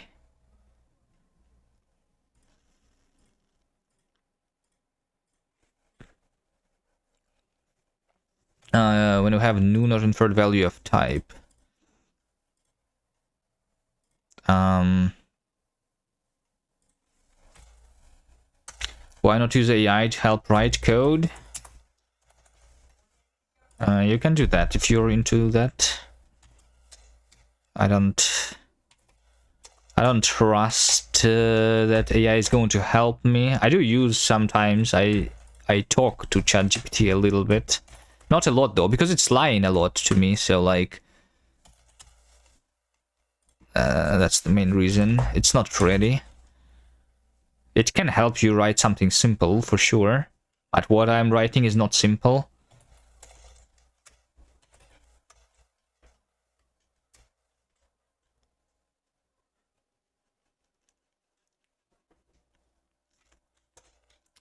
Match value type with some value type, and then we do this.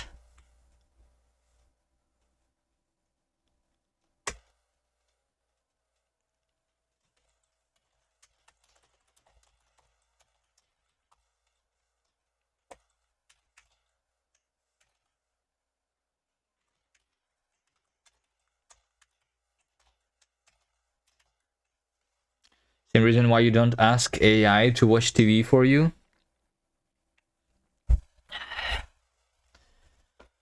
Well, I mean,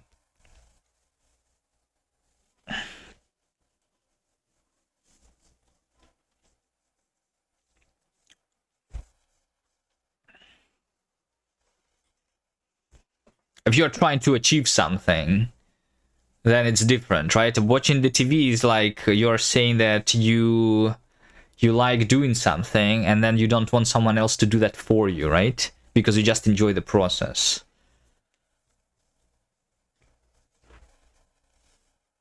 I'm assuming that you mean that you like watching TV. Yeah, there's like that, but I just don't believe that it can do this for me even.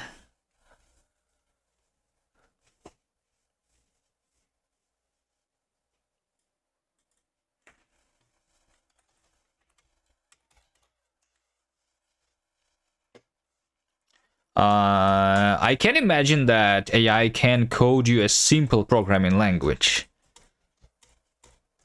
though. It probably can. code something like Lua for you.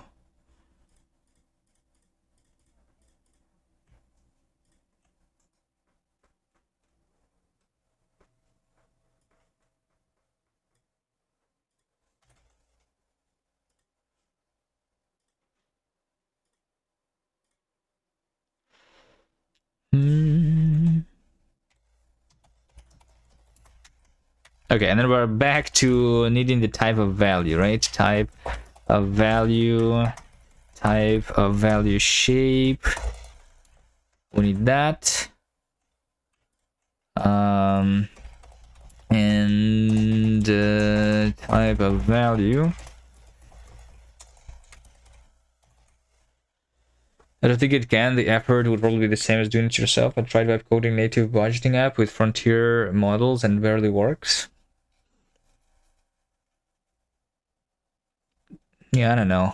I haven't really like tried much vibe coding, but I heard that it can I mean some apps definitely can be vibe coded, right? There was news about Linus Torvalds doing the vibe coding recently.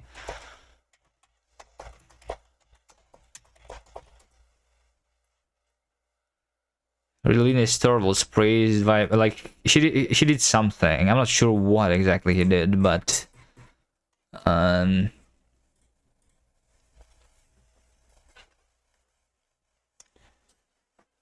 it is very difficult to really vibe code, to be honest. Yeah. Well, I mean, also, you don't really need to vibe code all the time, right? Sometimes you do write something that is pure, like, boilerplate, I guess. And maybe AI can figure that out a lot of the time.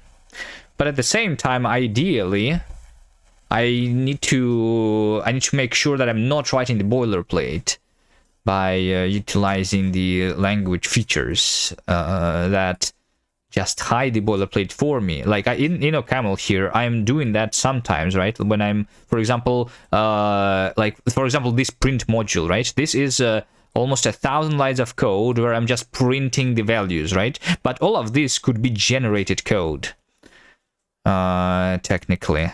And technically, there are even ways to do that in OCaml, but I just don't like the way it is done in OCaml. But if you are writing Rust, then you just write a derive debug, for example, for your struct, and then you can print it, right?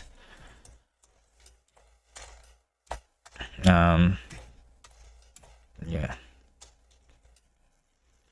He's just vibe coding UI. Vibe coding can be good, but some parts are always slop, and there is no way to know if edge cases are dealt with, and most times they aren't. Well, I mean, yeah. In general, AI is pretty great, but whole coding aspect is overhyped. But maybe I've underestimated the overall amount of trivial work people do. Yeah, I think like a lot of people do trivial code. So I can see how it can be used there. That's what I'm saying. But even trivial work, probably, like, when it's done by AI, needs to be checked. But at the same time, a lot of people who write trivial code, you still check after them too, right? So, but, yeah.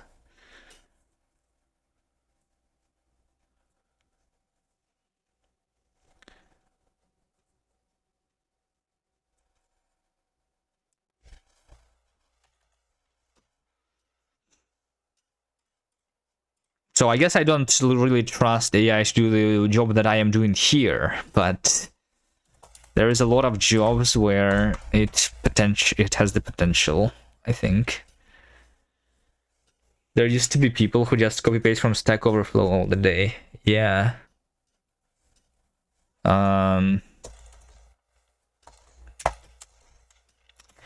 Okay, we want to find the type of the value here.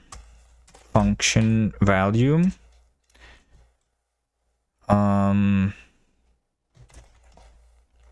Var and type. So here is this is the, I guess, the difficult part, right? How do we figure out the type of the value? If the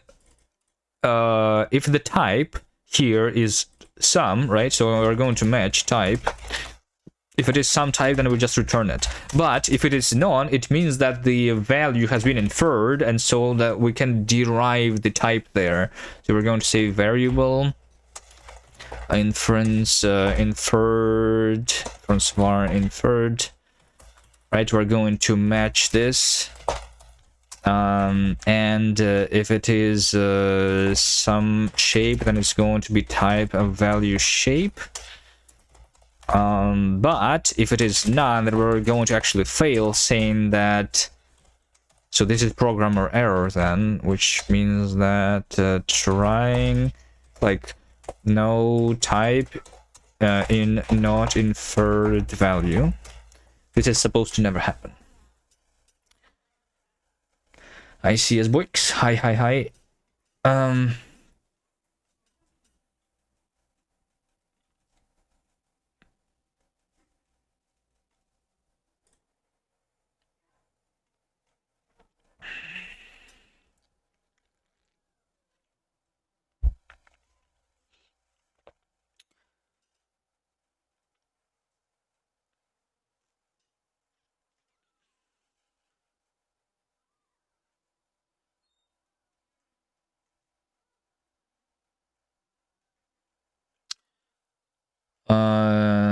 They're trained about RLHF. What is RLHF? Where you are agreeable.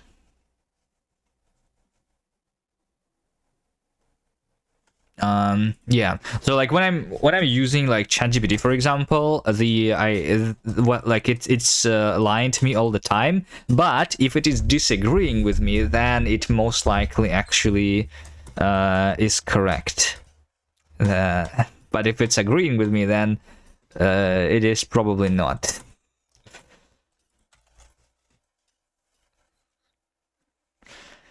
You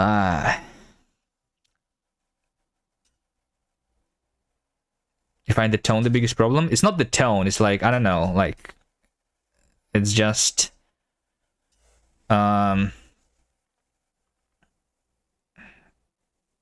guess, like, because of the tone, I can know that, I mean, I don't really know, but my experience is that based on the tone, I can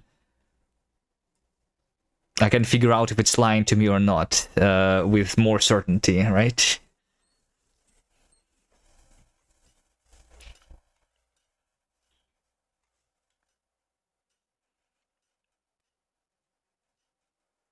The biggest problem is what people are using for on Twitter.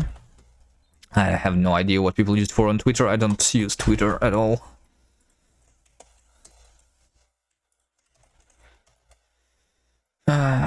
Type of value, this, going to be inference simple type of value. Alright, complete type, match type with some type, complete type, none, then nothing.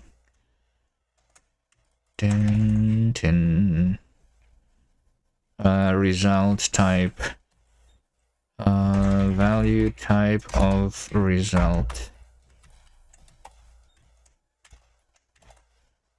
interpreter.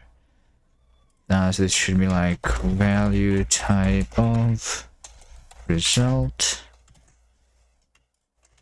Okay. Value type of result. Okay. This is just some blogging. Imagine if I finish this in a second and my performance is going to be like 1,000 times better. For some reason.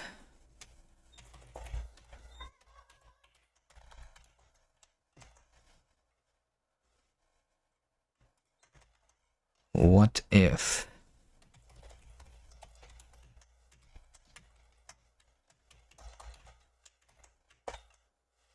Okay, success. Let's just try now to run. And we panic immediately because Cannot unite some and none. Oh, wait. Yeah, that's right. We need to say like unite. On the unification of the value now is the issue, right? So unite value.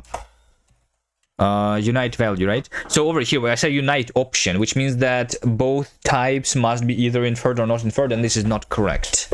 So we need to instead say that if both of them are like, yeah, if only one of them is some, then it means that the other one is known. Like one of the values actually has the shape, and one of the values is inferred, so we can infer the other type.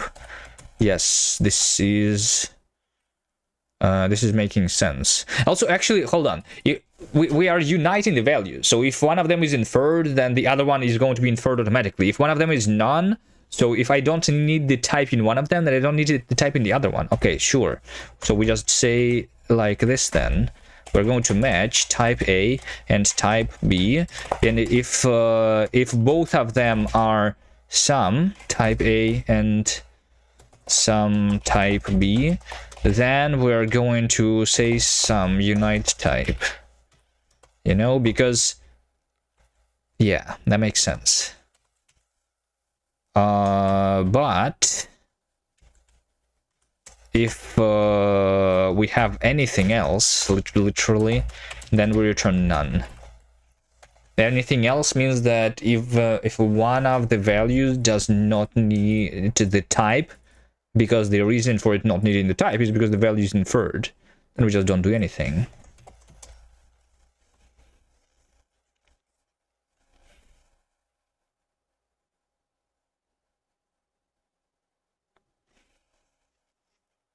Okay, it seems like I still have the types here.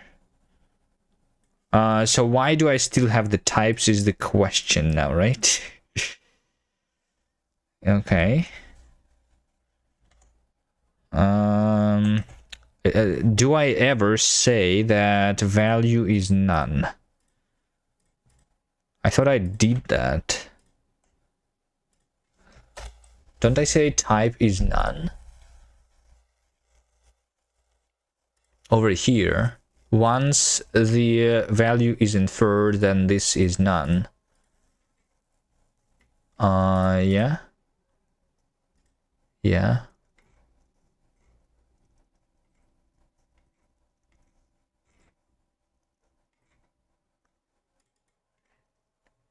Need not inferred value. Inferred value is the one where type is none.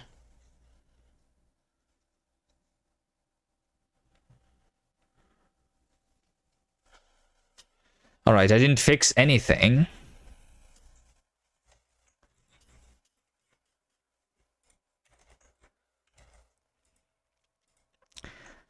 I'm subbing the type.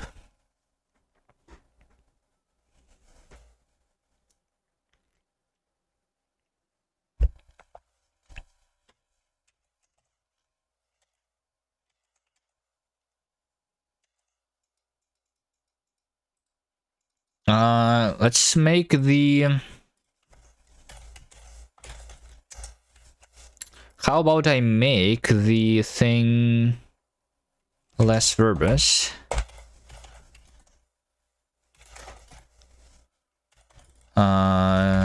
Get rid of this.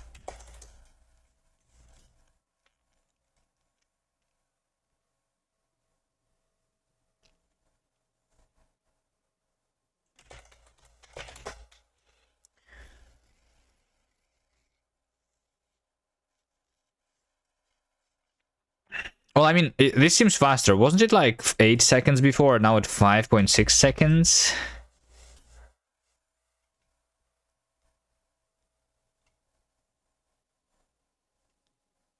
Six seconds? Maybe not. I mean, let's try git stash then. And if I stash it, then I can try this again. To see if it actually changed anything performance-wise.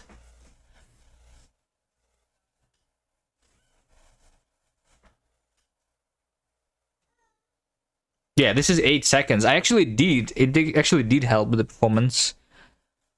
But I feel like I'm still doing too much work. Yeah, this is more than 8 seconds for sure.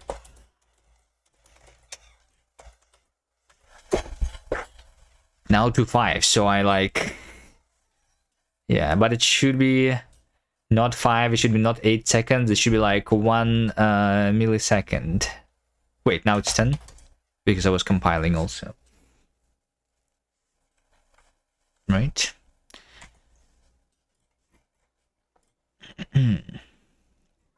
Okay. I guess I should commit this anyway.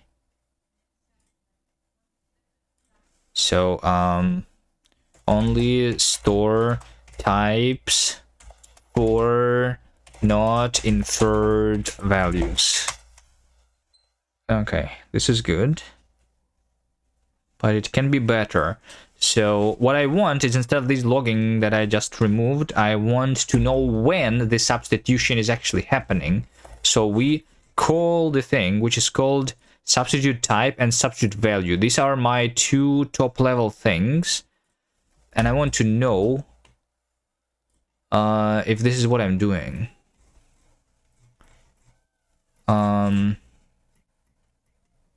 Hello penguin underscore operat 0R. I also think that I'm not using the function only or type only. We're only using the full inference, the full substitution, right? Then we do the non-substitution when I'm calling the regular function, which is not generic, which helps a little bit, but not a lot. But we can remove this. Let's simplify. Hello, penguin. Hello, penguin. Yeah, let's just simplify this.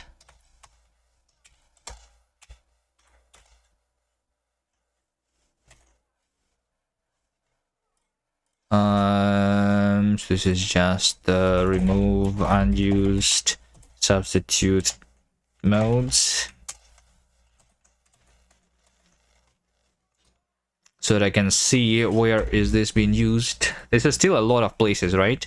So when we evaluate the expression unwindable, for example, I need to figure out what is my result type. Yeah, this over here is an issue.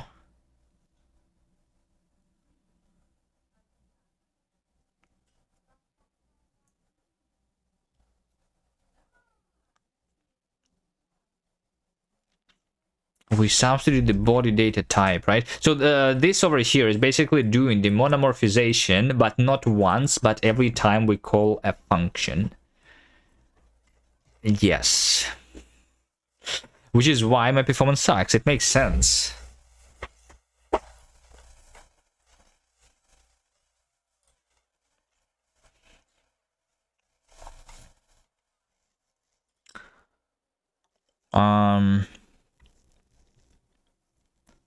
But the reason I'm doing this here, for example, because I'm storing the result type here. But do I need the result type? I need it in order to figure out the type of the value.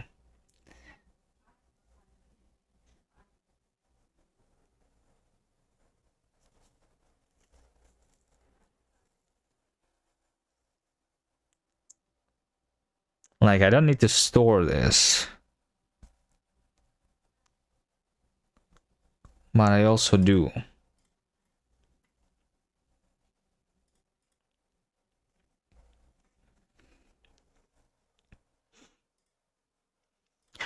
What if I store over here the not like the calculated, but like I can store it lazily, maybe, for the interpreter. So only if I need it, only then I actually calculate the type.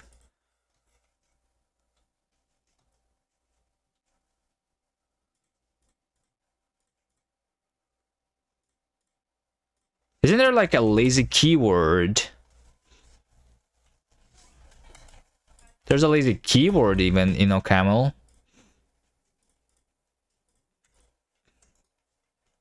So every time I substitute the binding, I want it to be lazy. Valid expression native type. Yeah. Over here, this type. Yeah, and when I'm doing the native expression, I also need to know the type of it.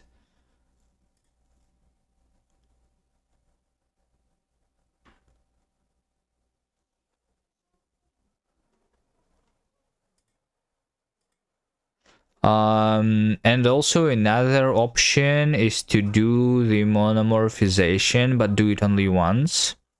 But the thing is, I mean, yeah, sure, monomorphization, but only once. Which means that I just need to store the result of this somewhere in a cache. In a cache of the current function, I guess. Oh, we do have current function.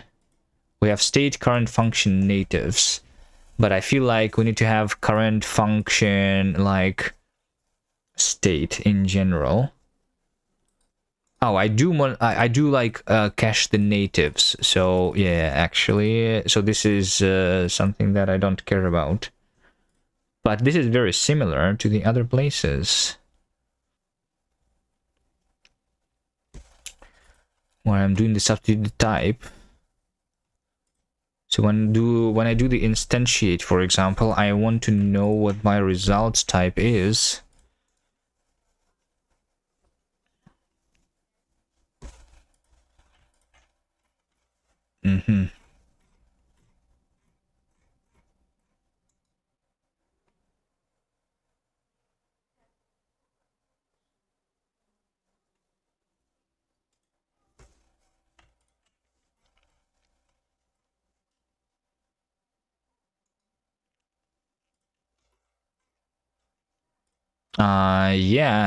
Yeah, this over here, yeah, this is, yeah, okay. Would you want something like salsa for these problems? Salsa?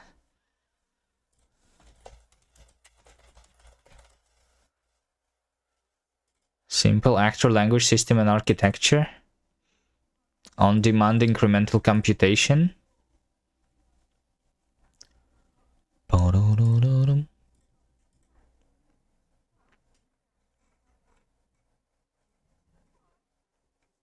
Oh, we see a crab here. Nice.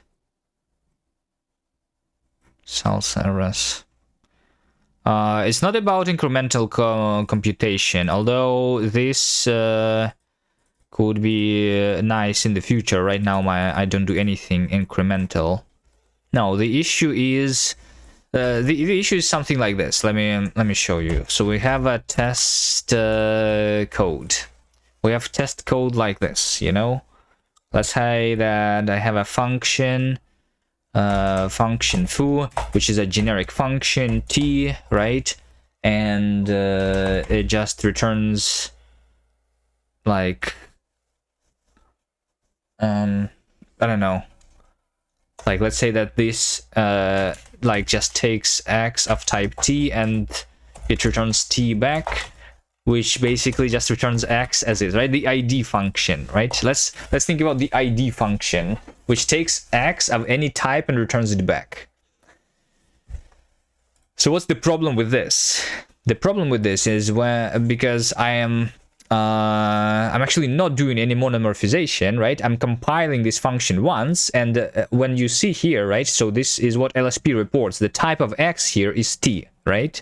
But when I evaluate this, I see t, but I know that at runtime, the type here is not actually t. So we're performing this process, which is called substitution, where we substitute every variable with its value, right? And so in this case, the variable is t, and we substitute it with the actual type that was passed here. And we're doing this at runtime. And the problem is that we're doing it every time we call this function, right?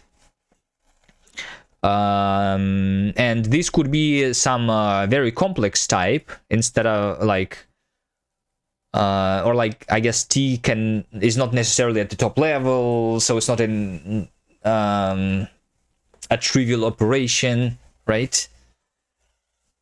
So this is like the very simplistic code, but even in this simplistic example, I would need to substitute t with the actual type that was passed into the id function, right? Like 1 2 3, this is going to be the integer in this case, which we do something like this explicitly, right? So whenever I do id int 32, this gives me the concrete function, but the concrete function is still not replacing entire body, right? At runtime in my interpreter. But because of that, I'm basically am monomorphizing every time I call the function instead of monomorphizing it only once. Does that make sense? Because I will need to sometimes know this type. Specifically, so over here I'm doing when I'm performing the substitution, right? So whenever I do instantiation of the generic expression, when I evaluate this, I want to calculate the result type because I use it for something else later, right? Technically at runtime, I don't necessarily need this type, which is why I'm considering this to be lazy.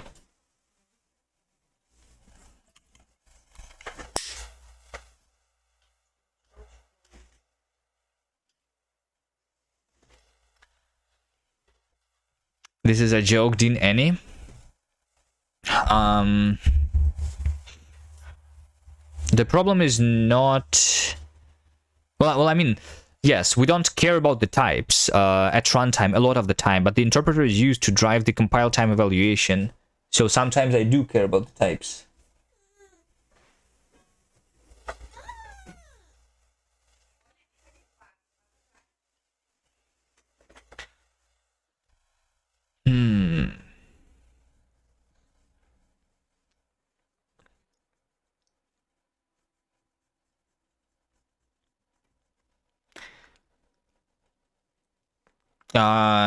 So I think that I should just do monomorphization at runtime, but only once is the...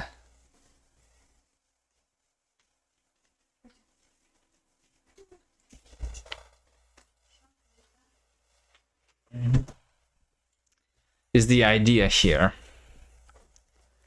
right?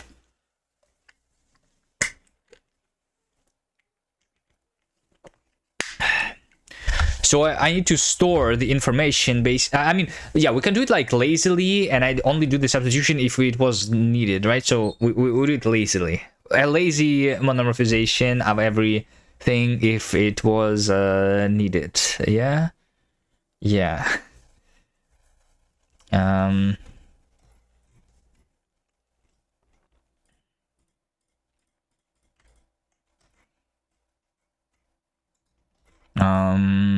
Right, so this over here, this is the expression. Expression is like my intermediate representation, which stores the type, and this type that is stored here is the type which is not replaced and not substituted yet.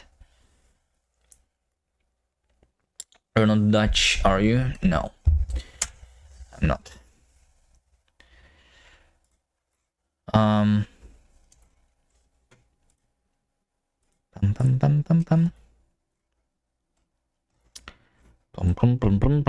So here is the idea then. Here's my expression. Expression has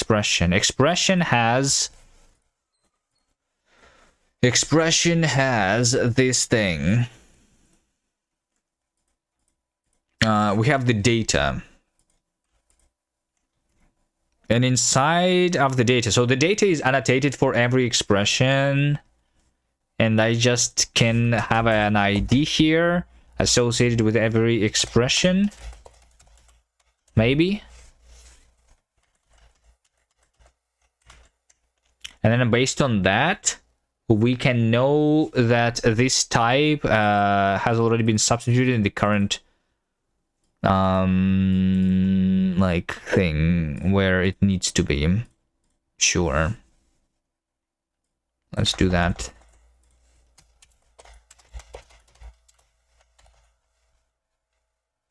Dun, dun, dun, dun, dun, dun, dun, dun.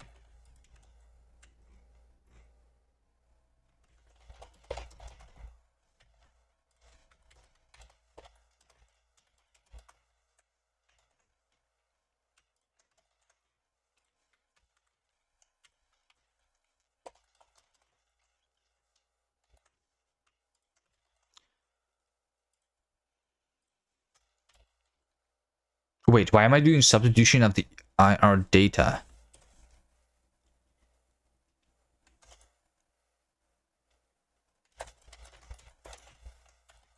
When is this being called? Substitute pattern and inject replacements. Oh. Okay.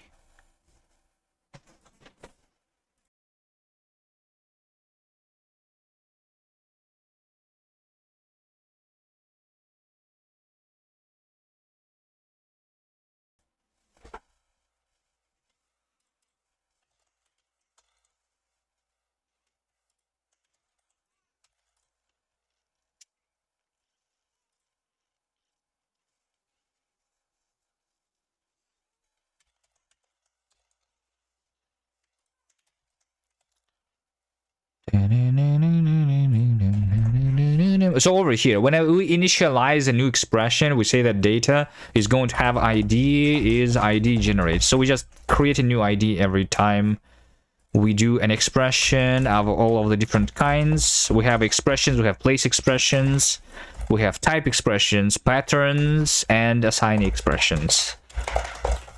All of them share the this like data associated with them.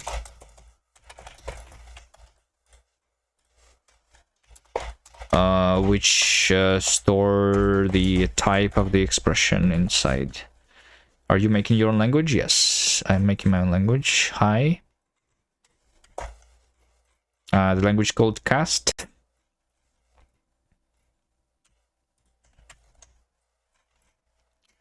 What is this? The value bindings has type binding list, but expression was required of type IR data list.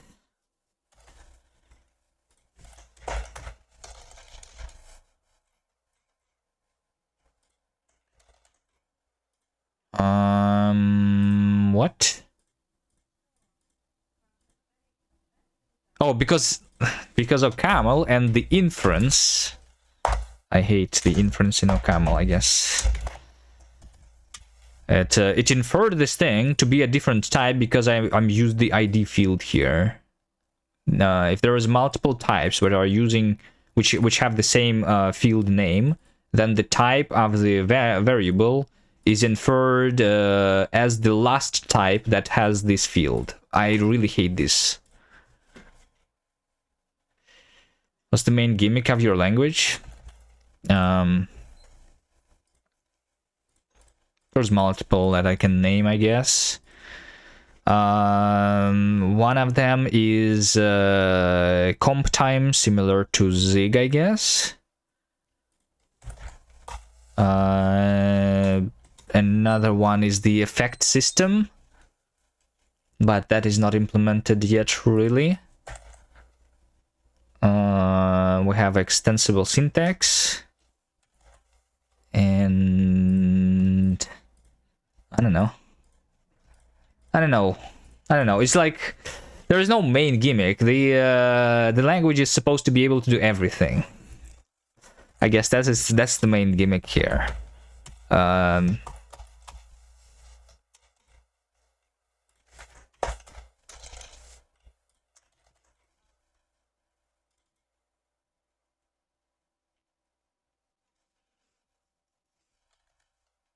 Oh no, I want this to be binding, maybe. Right. So this is a project which is very overscoped because I want to be able to do everything. So maybe at some point we will figure out what the language can actually be like better at than other languages. Right now I'm just making something, you know?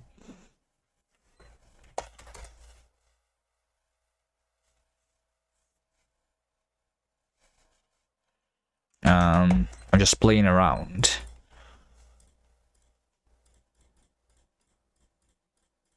But there are like a lot of different things that can be improved in other languages. So, you know, what if we improve all of them?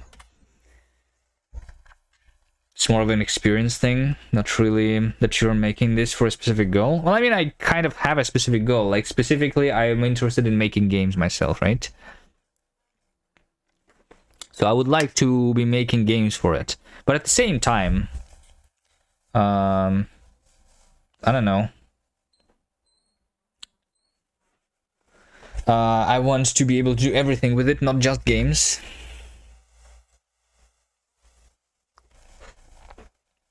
So there's John Blow with his Jai language, right? He's also making a language, and then he's going to make games with it, and he's made game, and it's going to be released soon, right?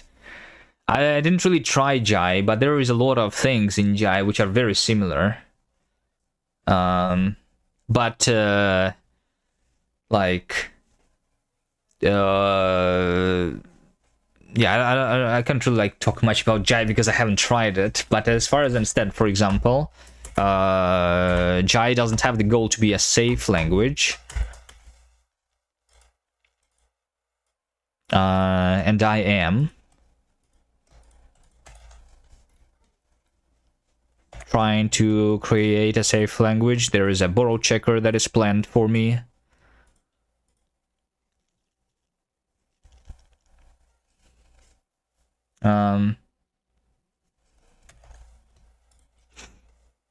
Similar to Rust. I'm mainly a Rust programmer, I would say. So the language that I'm imagining is mostly like, let's say Rust, but in Rust there is a lot of like high level, like a lot of high level things are missing in Rust. So we want to add that. I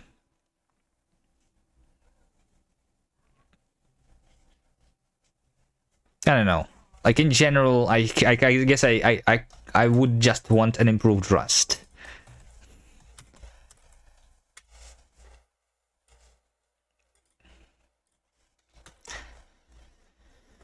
And we're not very far from being able to make a game, because I already have a Twitch bot which is written in my language and it works. So, you know, there's definitely some things that are possible already. I solved Advent of Code fully with it, which also means something.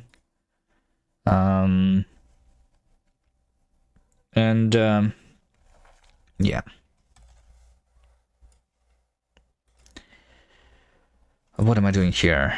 Okay, so I have introduced the IDs for all of my expressions, and now whenever I'm doing the substitution, I only need to do it once if it was not done before. Is the idea.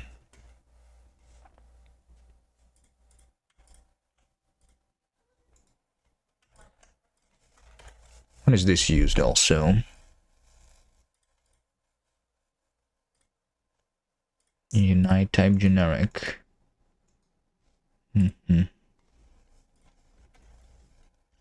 Okay, so over here, this are all the places when we're doing the basically monomorphization. When I'm trying to evaluate the place expression, over here I'm doing the substitution. Why am I doing that? When I'm having the field, when I'm trying to get a field of an object, why am I trying to figure this out?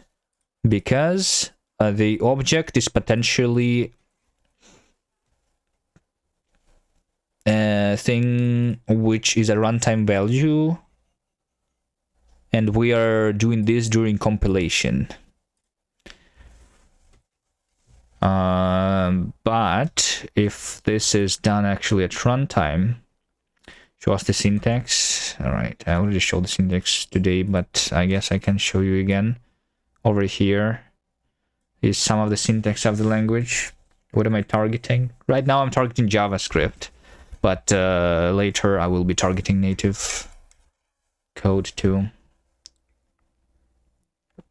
I just need to start with something which is simpler. So right now I have interpreter and I have a JavaScript transpiler. Yeah, here's some code that are written in the language. Why is this having like some white spaces? Weird.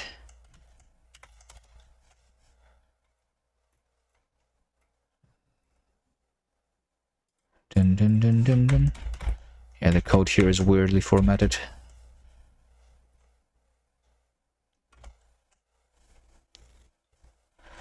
Mute is for mutable variables, yes. Similar to Rust. We also have the mutable references like this, similar to Rust.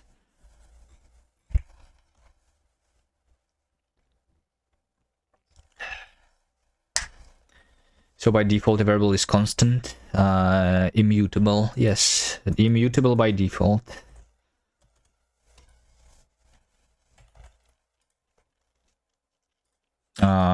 There is although there is this thing which is called const, const and let. Like this is also the immutable variable, but this is a const. The difference is that consts are values which are available at compile time. And these are just variables which are runtime values with a let.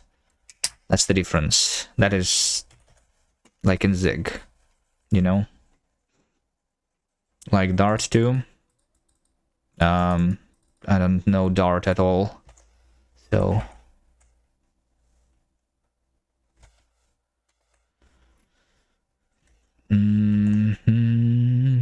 All right. So over here, over here,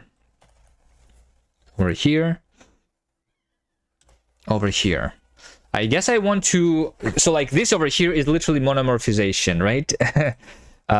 So maybe I should call it, you know, no, let's call it subtype. Span state expression data type. That's what I want. Let's create this function. Subtype span state type. No, I want to give it the expression data, right? Let's call this get IR data, or get not even sub, right? I want like monomorphized IR data type. Yeah, how about this? How about this? Data. So data is this.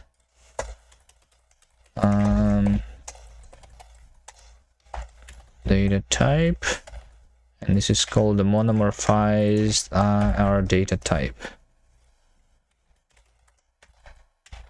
So it is const final and var or let, if I'm not wrong.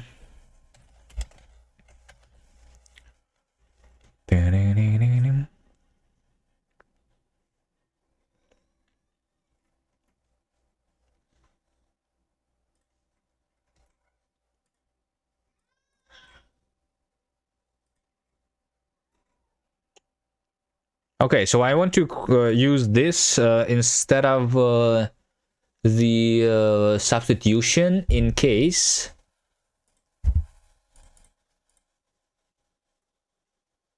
I am, yeah, whenever I'm saying data type in this file, I guess in general I need to have the monomorphized one. Span state, I mean I can, I even have that, so I just need to give it the state and expression data. Yeah, how about this? Because I don't need the span, because span is just data span. We already have the span here available to us.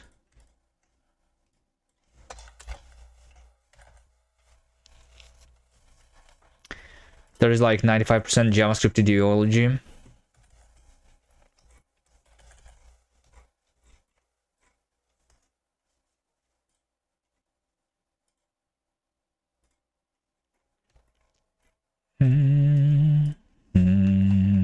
Monomorphized data type, state, expression data.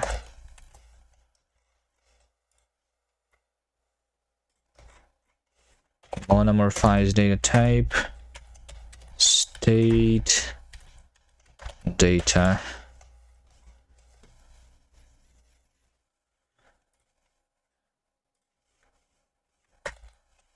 monomorphized state and data.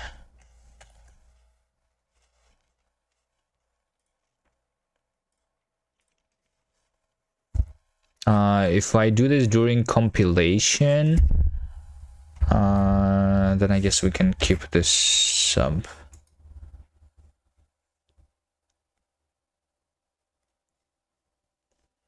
Unless the neat morning doesn't have the setting GUI to activate the Linux. Yeah, how do you activate the Linux? You're supposed to go to the settings, but there is no settings. Right? Settings. You see? Command not found.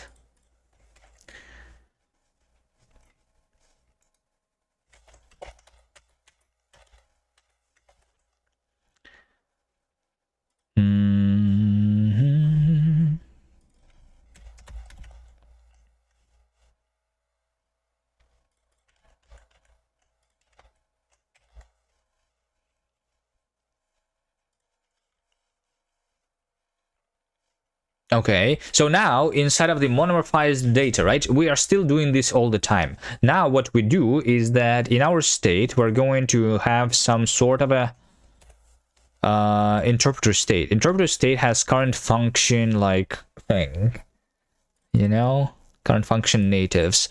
I want to say like current function state, function state.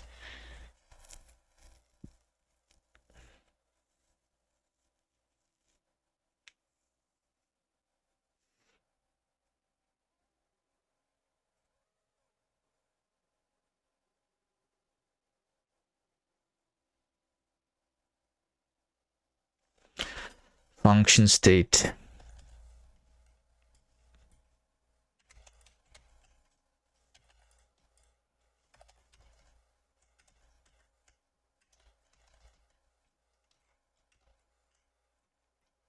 Instead of current function natives.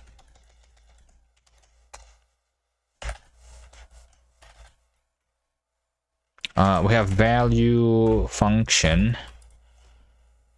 Value function has this, and this has calculated natives.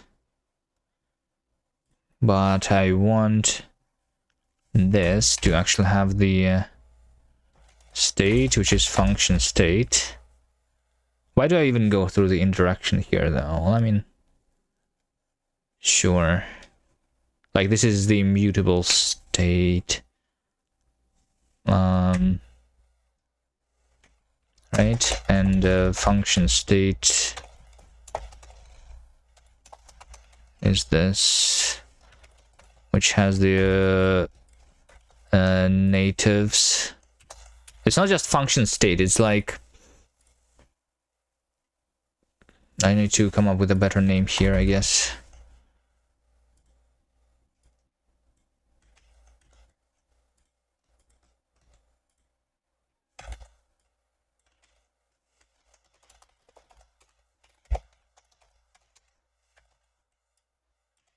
Dun, dun, dun, dun. Oh, an extra semicolon.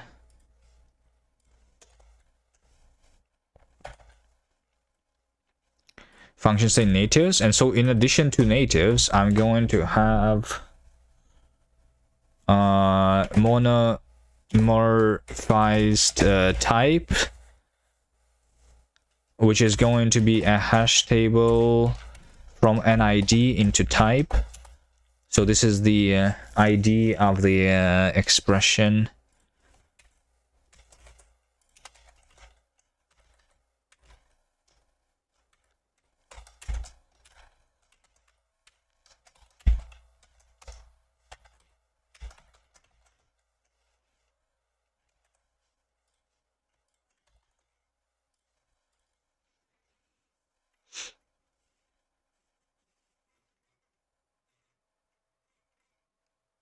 Unite type generic.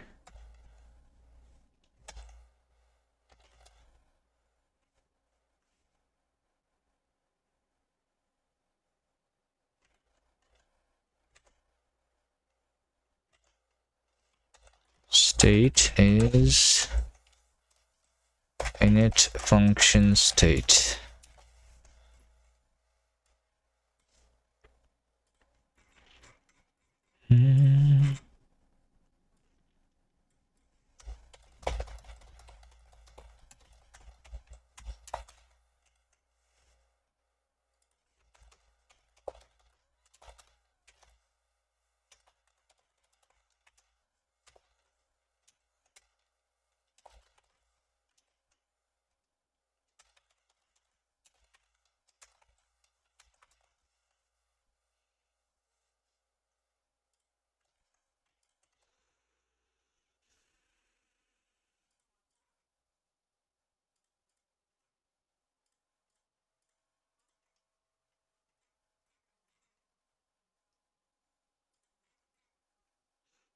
This is interpreter state. So interpreter state also is going to have just current function state, right? So there's just going to be a current function state. And I don't have the... no, natives is okay, right?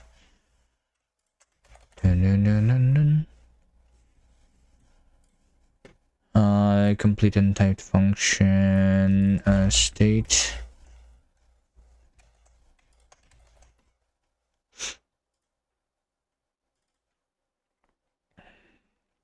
New state, current function. State is a function state. Evaluate expression function. So over here we create a new function. So we say that state is init function state.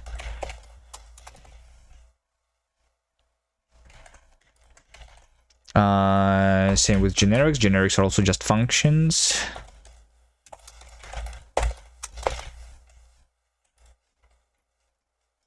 Expression native. State, yeah, so now we do just current function state natives, right? Current function state natives. When I initialize the interpreter state, we say current function state is init function state. Okay, so this works, and now we can also access it in the monomorphize over here, right? So we have the current state, current function state. We have monomorphized types, right? And we want to basically figure out hash. So we need to like find in this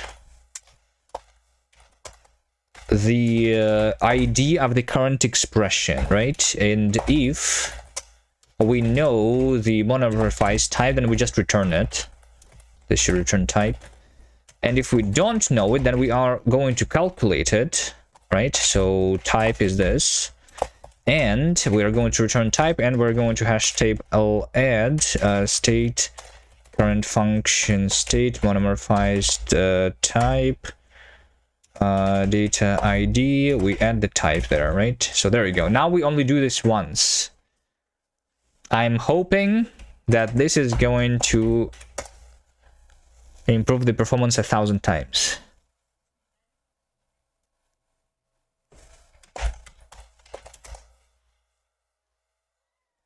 Well, we went down to 1.8 seconds from 5 seconds, right? It's not 1,000 times, but it is more than twice faster now.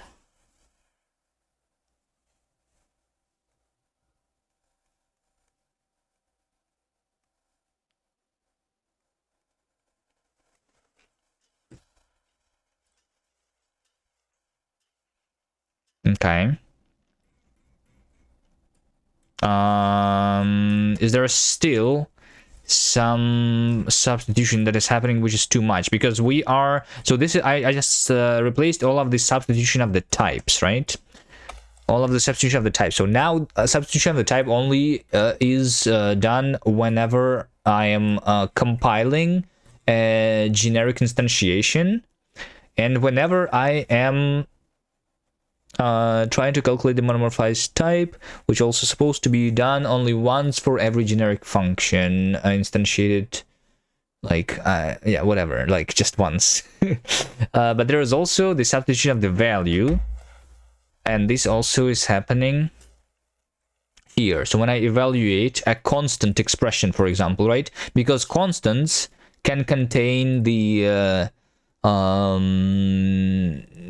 things. Constants also need to be monomorphized, basically, right? So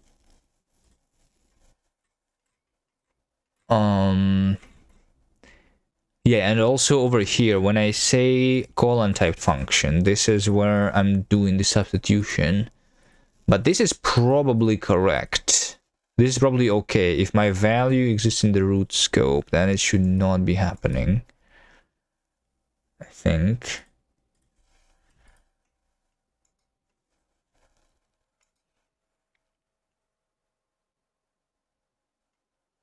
$500 times faster, 500%.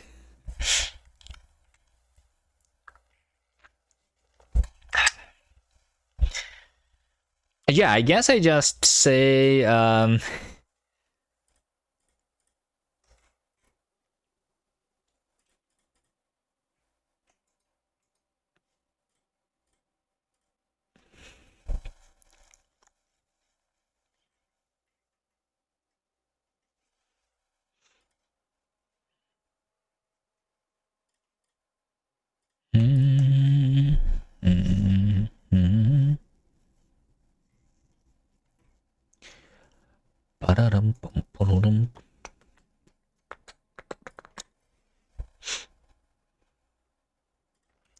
sub value. I'm just wondering if, like, I need to make sure that this is what's happening still. Is it still the substitution?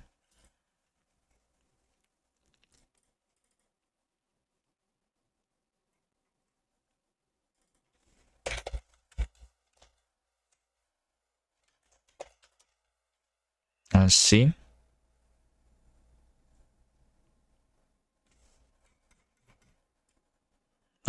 Well, probably, right? So I'm still substituting something. DBG. Wait, why is this highlighting the interpreter? Wait, hold on. So isn't this supposed to be cached? The fact that... Oh, wait. No, hold on. No, there's no way. So the idea, so this print function is a generic function over t once again, right? Generics are just functions, so we just say that this t is something, but whenever I instantiate generic again, I see if it was instantiated before with the same argument. So I'm supposed to get the original, the same function again. So the fact that this was evaluated is actually very weird. Oh wait, maybe it's not weird because this was never, like, because this is for the last printing, and for the last printing this type was only done for the first time, which is okay then. Okay, and then for the equality, yeah over here, dbg print.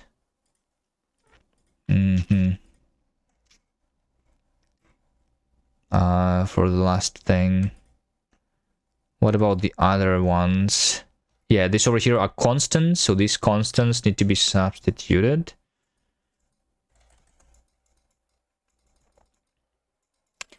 Let's just have the constants. Let's just have the constants. Sure.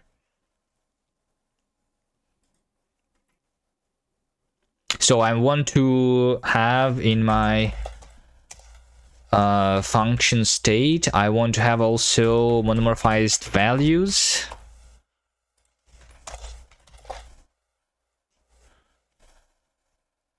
Well, this is just based on a constant though, right? Kind of. I want specifically to have whatever, let's just say value, you know, ID value. Sure.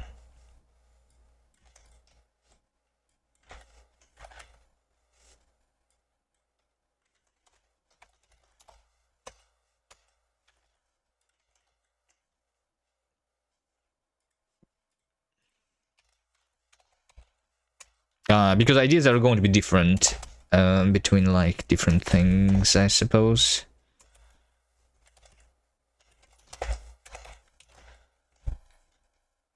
But maybe I think that if we have expression constant, let's change this into expression constant, and expression constant is going to have id and value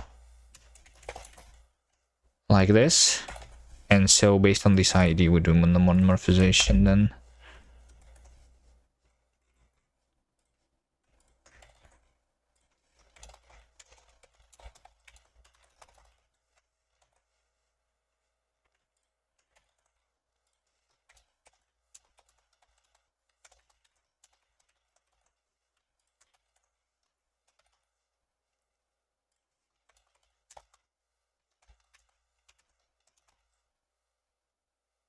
Okay, so over here we have id and we have value, right? And yeah, this result is just going to be monomorphized value, state id value. Sure, let's just make it like based on id like this.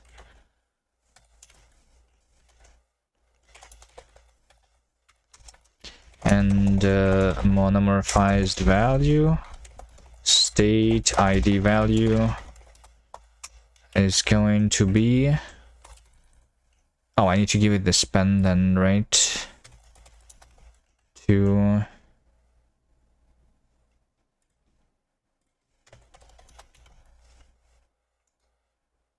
dun dun dun dun dun. So this is going to be similar. We're going to match. Let's just copy paste this maybe. It's just going to be current function state monomorphized value. Data is just ID. This is going to be result. This is going to be result. Result is equal to this.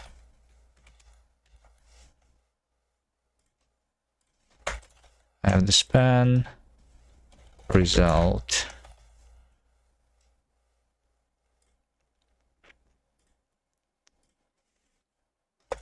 State is interpreter.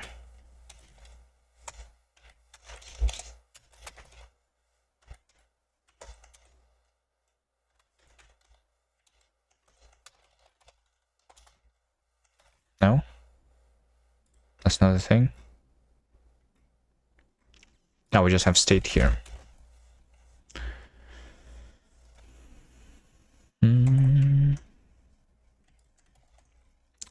Expression constant.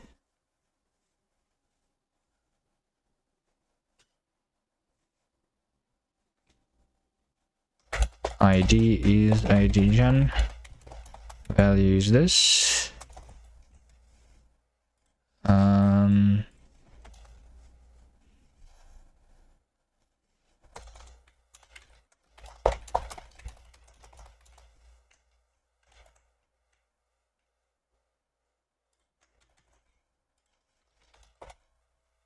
Transpile expression.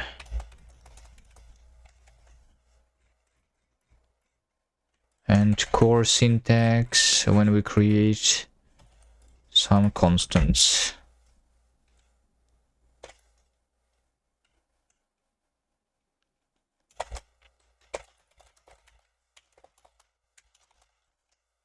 Now there's a lot of constants. Can I just say that e constant everywhere is going to be replaced with like const, and we have a function const, you know? Yeah, can I say that const value is e constant id value expression shape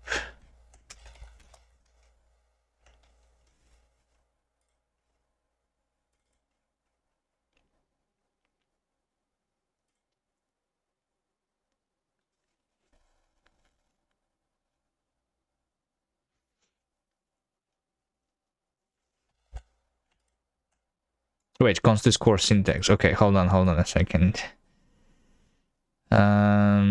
Okay, we call this const shape, right? Not const.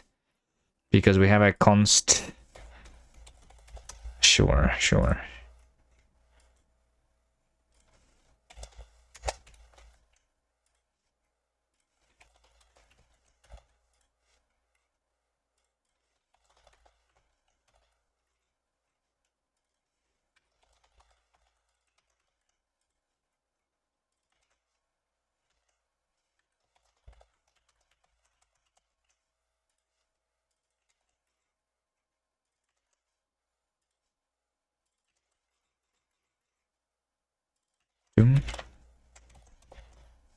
Okay, in the compiler over here.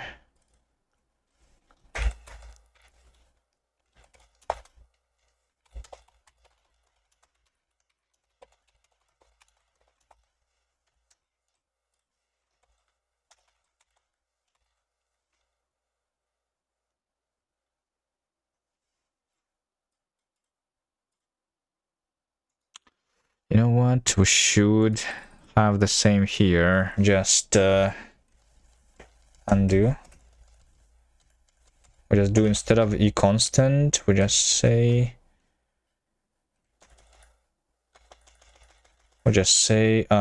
const shape.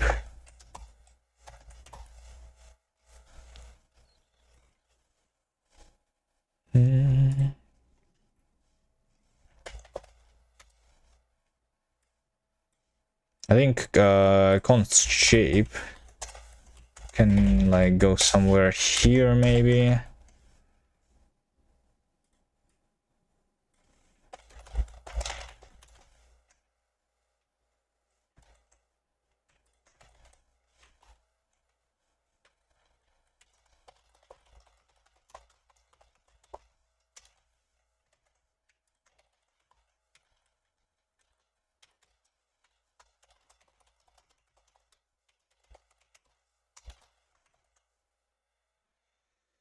Success. Okay, is this going to work?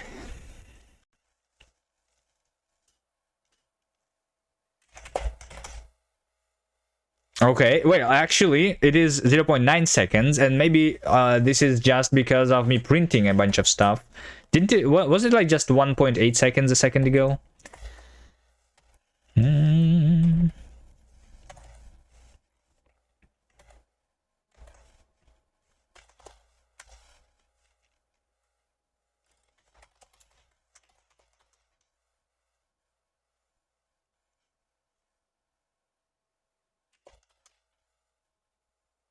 0.8 seconds. I guess the printing is not doing a lot. Okay. Let me see where substitute binding. So I do it in a monomorphized value, but I did not do monomorphized over here when I call the untyped function, which I think might still be doing a lot here. But this is when I'm calling the function, so the result is this. I kind of want to know if this substitution is even happening here, you know? Can I say that like if var scope of value result, let's just print it.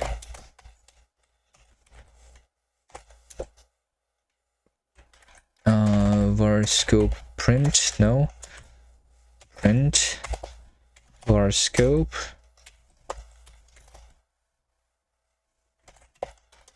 I just want to see all the roots there,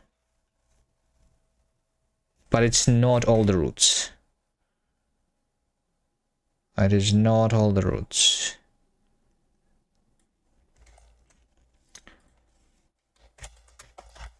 Let's do value print result. What am I actually substituting here? Unless maybe it takes like, oh wait, maybe it just takes 1 second for me to do the standard library, because that's probably true, right? Because I'm substituting over here. This is a function.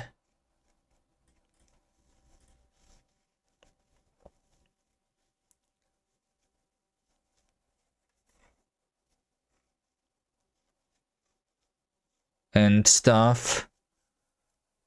Which basically is the thing when I am instantiating the generics, right?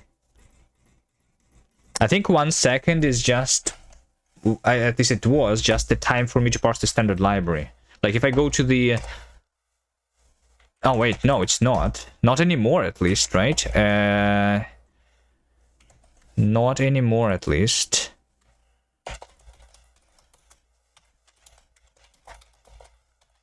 Let's skip this out. Let's see how long does it take for me to do the hello world, and we should like compare with that, I guess, right? Kast examples. Wait, this was also very fast. No, 0.8 seconds. And then examples hello is 0.5 seconds. Okay, it's not like that. Okay, so like 0.6 seconds is what it takes to do the to parse the standard library and whatever, right?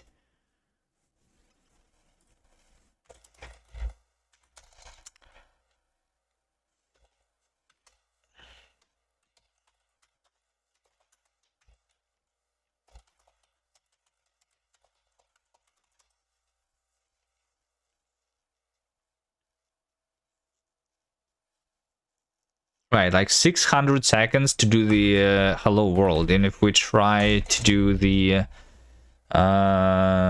Twitch IRC thing,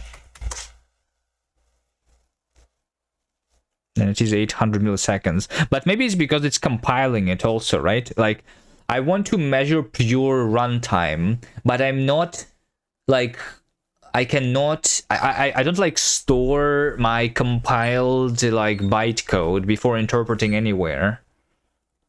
Is the thing. Unless I compile to JavaScript.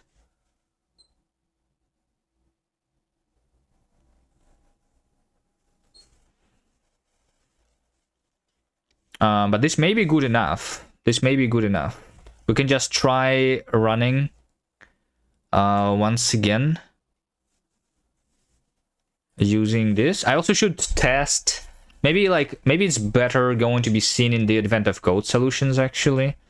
So if I do Kast Advent of Code test, let's see if it. Oh, this is doing the JavaScript though. Let's do Node.js.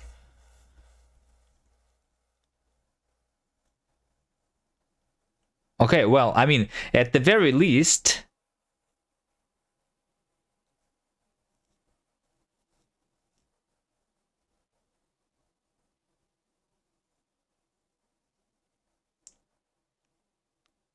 this is doing something, while previously it was not doing much at all.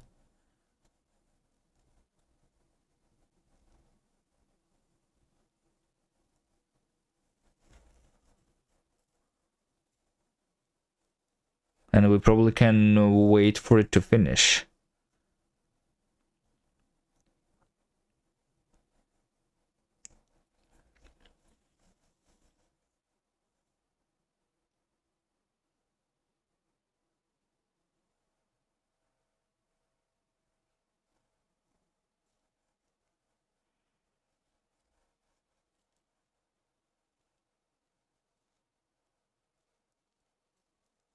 And this one is already like on the big thing.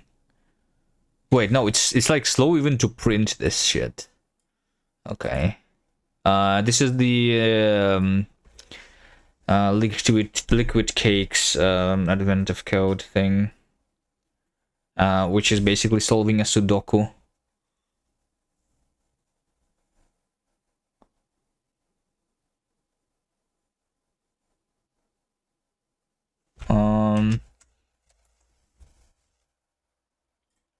Maybe let's have this in the info log still. Let's do Kast Advent of Code source liquid cake main part 2 maybe. So yeah, over here, like once it's running for a while, I should not see any more substitutions is the idea. And and I don't see them, which means that it is good, right?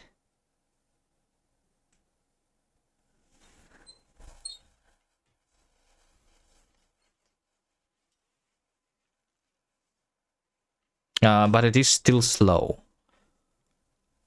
It is still slow without substitutions now, right? Maybe now we could like profile and see there's something else is the issue now, right? Yeah, maybe like on this liquid cake part 2 is a good thing to test.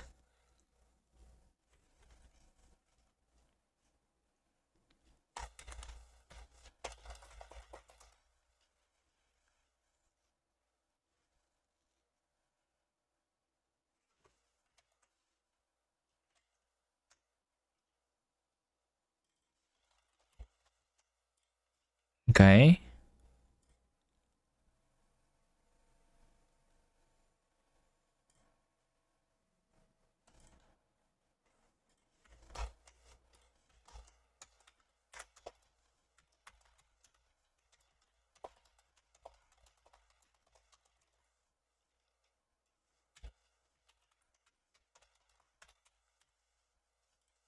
Switch IRC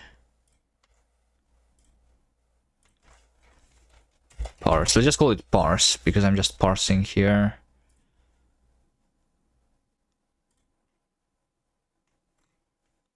Okay. Mono more files only once.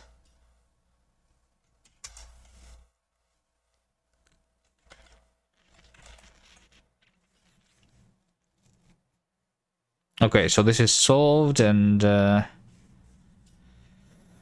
should be able to see now.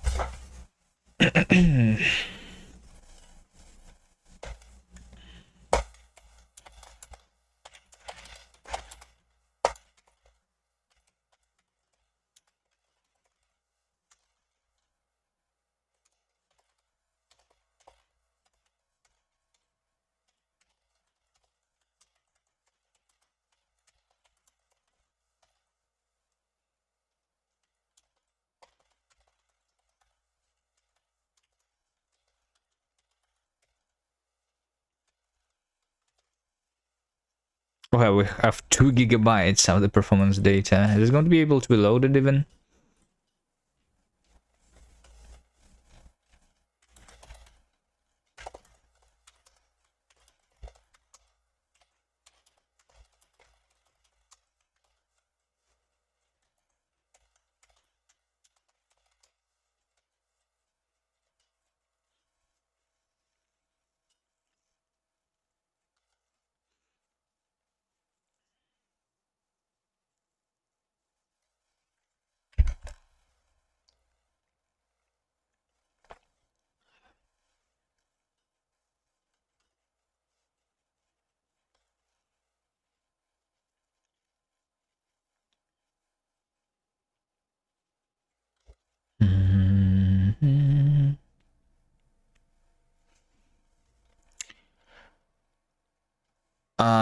And lost 2 chunks. Check IO CPU overload. Okay. So it is still inference, by the way. It is still inference.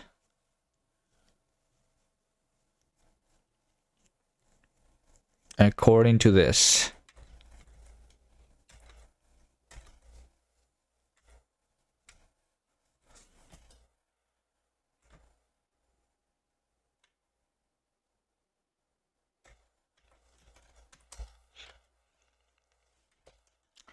So over here we have the, I have updated the thing for my Twitch bot. I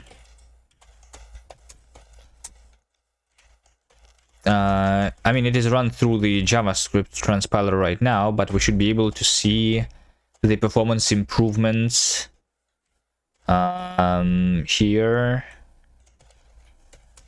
This is change directory. I just need to change the directory right now. Oh, no, I don't need to. I have the secrets here already, right? We just do cast. Source main, and that's all. So this is going to join the chat, and we so like I want to basically see it instantly as soon as I type something in the chat, and it is shown basically instantly, right? And previously this took like a minute to parse the message for absolutely no reason.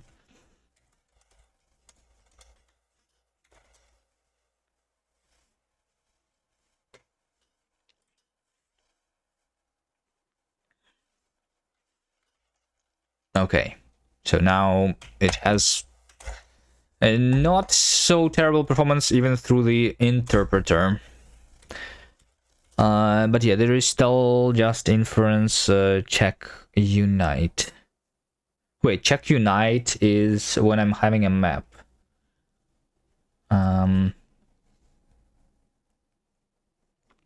Wait a second. Inference base check unite. This is specifically in the map once again, and this once again is only done once in the substitution.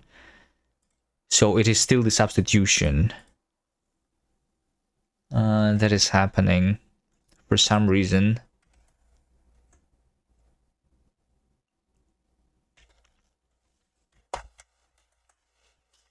I have a feeling that I can do it like even better.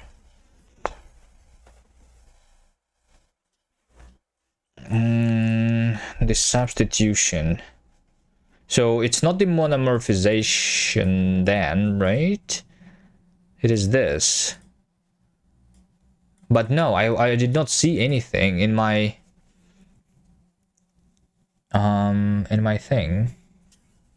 Fine, let's do in the sub value over here info whether the substitution actually is happening. Yep, let's go liquid cake part 2 like this and see. Right, so here's a lot of substitutions.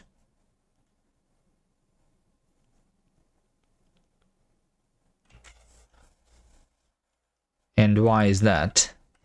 Because so we do toString, right? We do toString, which or I don't know, we do like over here substitute list iterate. When I am instantiating the generic, I'm guessing, right? But it's supposed to have already been instantiated.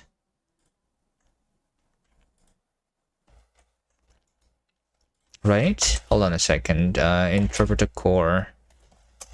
Instantiate. Here's my instantiate.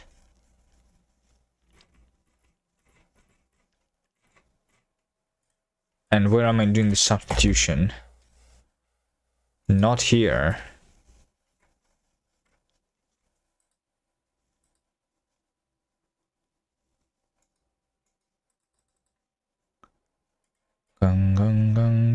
Oh, wait, hold on. I'm still doing the monomorphization every time. I see why, though. I see why, I guess. So if we look at this code, and to like figure out how to do this, I guess. So the I'm storing the like monomorphization. No, hold on. Yes, the problem is that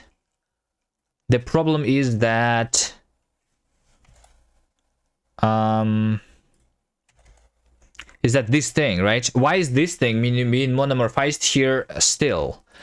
Because this is a constant which is inside of the of this function, which is the body of the loop, right? Which is actually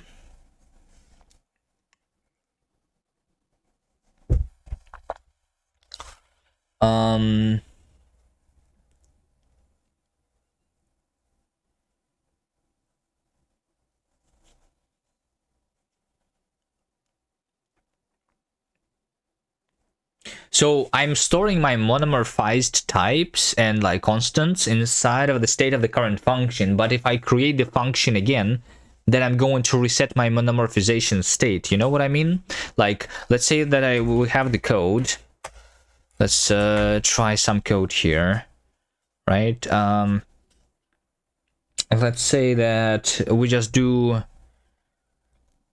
you know, let's just do this for 0 to 100. Let's just do 100 times do something. Call function f, right? Call function f, and then function f is something that returns this, where I have function g, which is a function that just returns something. I guess let's just say that this function returns hello world, right? And I call the function g here. Yeah, there we go. Easy like that. And let's just do cast examples test. So this constant here has been monomorphized 100 times. If I do this by just having the function f, which returns hello world directly, then it's not going to be happening 100 times, and this is only going to be monomorphized once, because this function is being created only once, right? Yeah.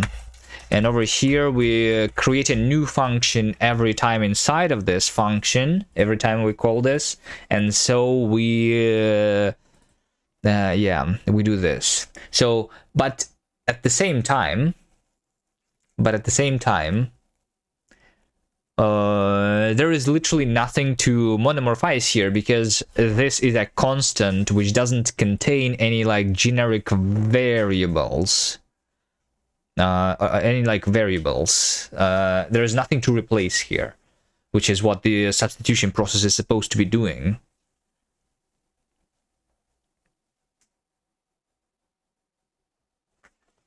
But we don't know that, right? Is the issue.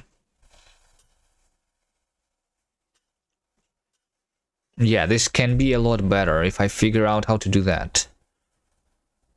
So I did not make sure that monomorphization only happens once, only like kind of, but not exactly. So like one of the things that I could do is like, so I'm trying to do just in time monomorphization, right? Instead of just monomorphizing over here. Like when I like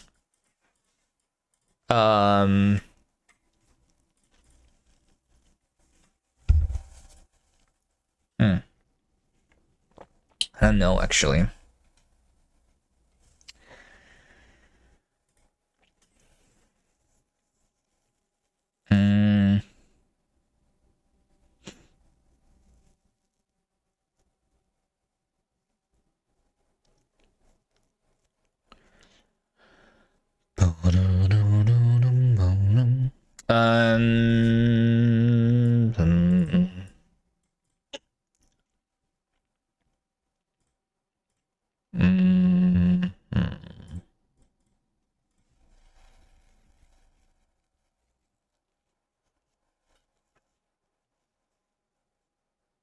So it's a little weird when we like talk about monomorphization, because these are just regular functions. But if we have like, I guess if we have like a type t here, so to make this generic properly, right? Then we can like return the t here directly. It's a little weird though still, right? But you know.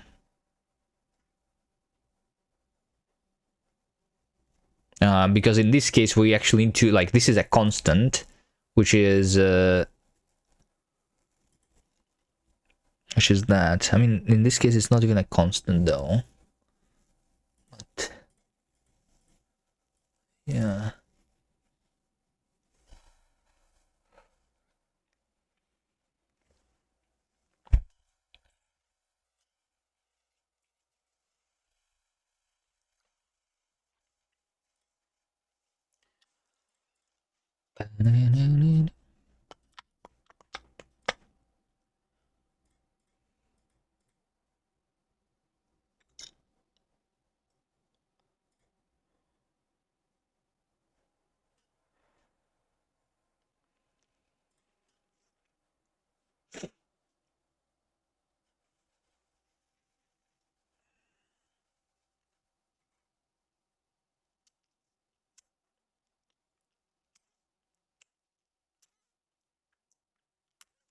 Well, ideally, we still know that there is nothing to monomorphize, right? We know that this is a string, and that the string actually contains no variables inside of it, right? So even although we see this in my logs, that we do this 100 times, the substitution, what is actually the process of the substitution? In this case, substitute bindings, right? We do with cache. Is it maybe because I'm creating the cache a lot of the times though? Or is it not? With a new context, sub value. We do sub value, which is substitutes the variable. Yeah, how about I do info here? That I actually do the substitution.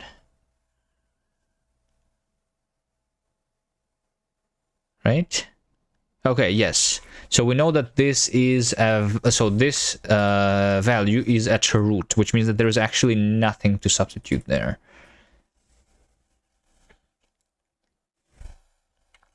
But that's not exactly true. Always. If we look at the advent of code solution, I mean, this is also kind of like concrete and not generic.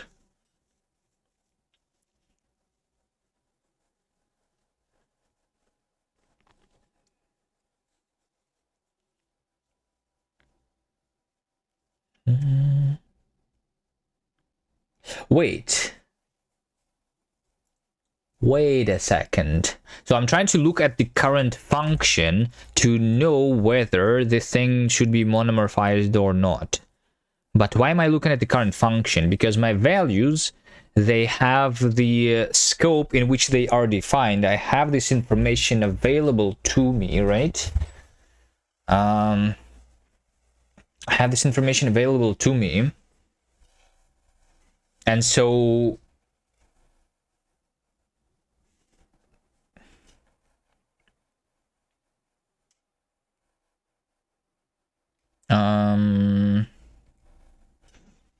wait, is it part of the scope then?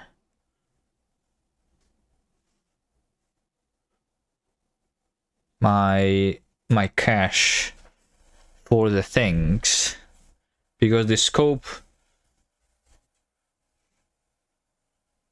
wait, no, it's not, because the scope is the original scope when we like did it during the compilation. But now when I'm at runtime,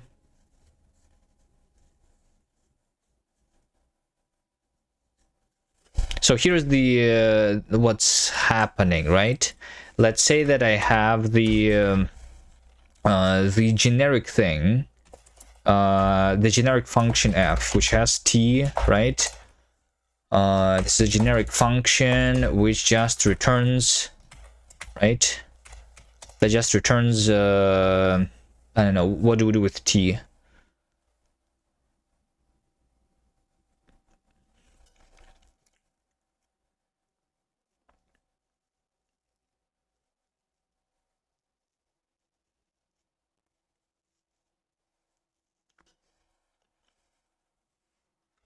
Oh, let's say that we have x, which is t, right? And let's say that this is just a debug printing it. Yeah, that's right. We just debug print x, right? So we say f1, for example, right? And if I try to run this, well, if I try to run this, this is going to just print 1 1,000 times, 100 times in this case. Right, so as you can see, we did not do any substitutions here. But what if I create a function here, which prints this, and it's the function that's been invoked immediately, just like before, right? That's what we do. So now I am performing the substitution every time here, because this is the function that I'm creating, and this debug print has the hidden inferred like generic argument, which is t. And so when I'm doing the instantiation like this, I want to figure out the result type. That's what I'm doing, right?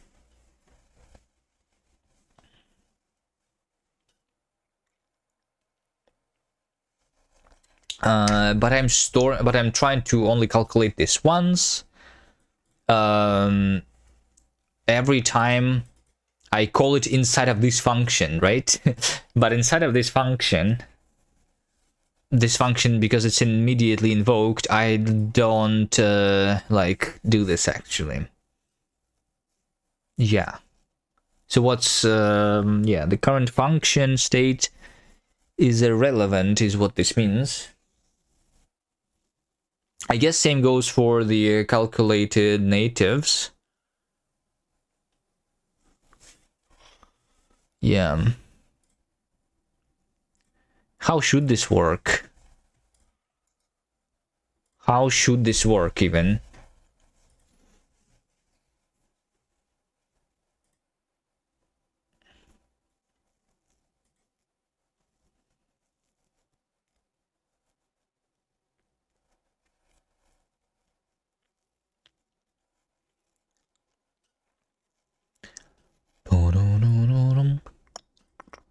So I don't need to like figure out what the type here is. The type of this, because like the type of this thing only contains the t here, right? So I can like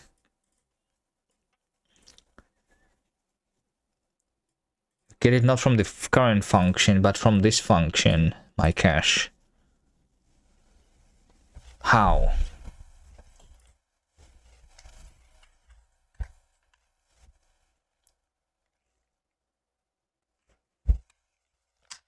How?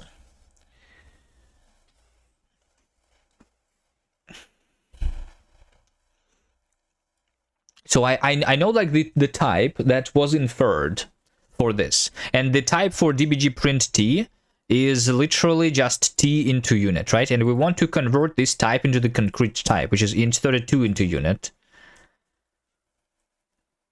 right? But we know that the t is the same in this scope.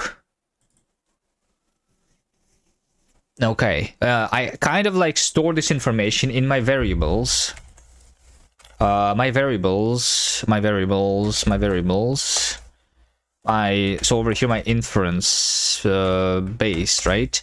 My inference variables, they all store the scope information inside of them. So in which scope, so what are the variables that this inference variable contains? And if it contains variables from multiple scopes, is the common scope of all of those variables. That's what we are doing. Which is the lowest common ancestor of the multiple scopes. But that is the scope that was available to me during compile time. Now at runtime, the scopes are different. Even though those are still the interpreter scopes, we just have the interpreter that was available to us during the compile time, and the interpreter that we have during runtime, which is different.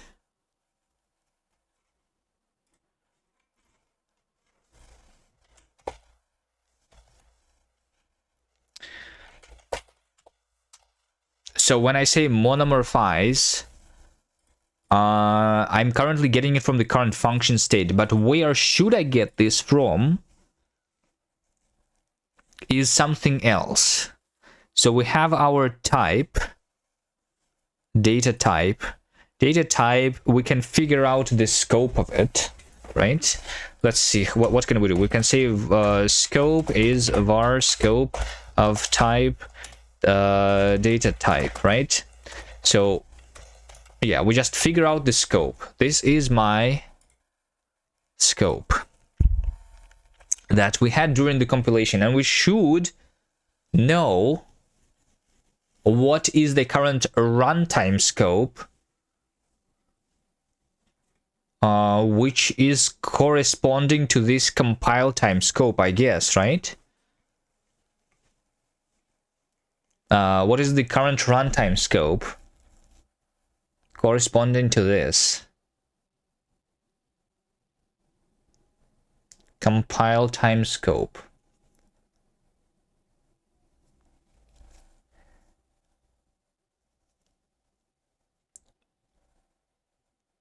And then the cache would be stored there inside of a scope.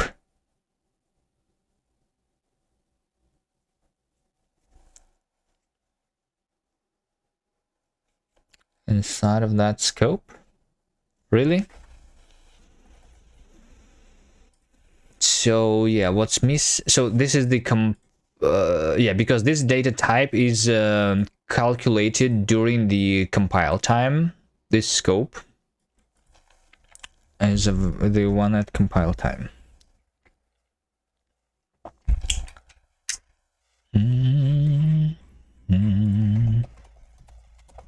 Enter scope. Whenever I'm entering the scope, I potentially could know the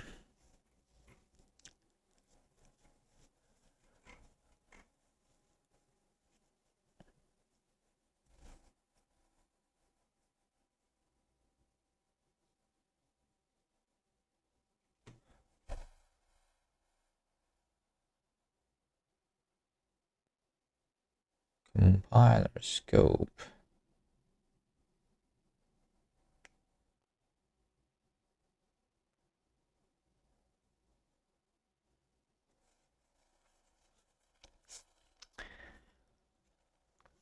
How would I know that where would this be stored?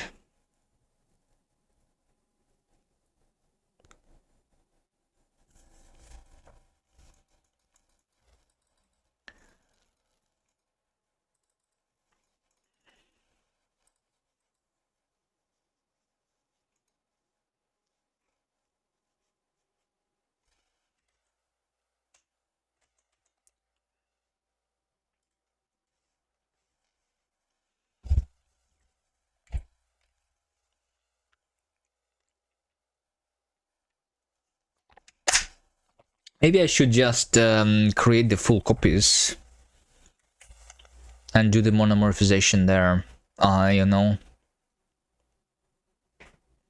instead of just doing this with like a cache and doing some lazy stuff.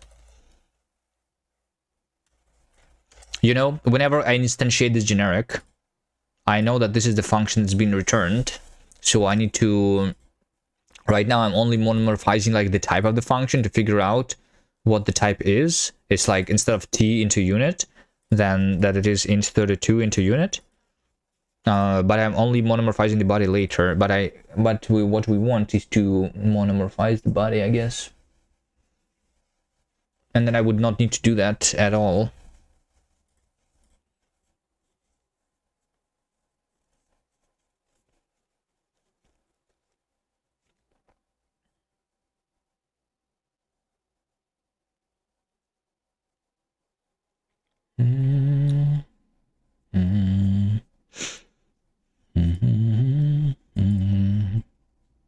Yeah. I think that's okay. Like,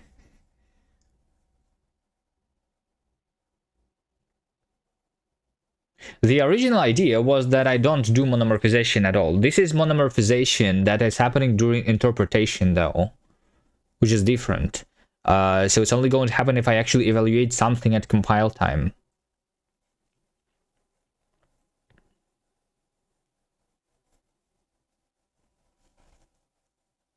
And at compile time, I need monomorphization because I'm accessing the type information.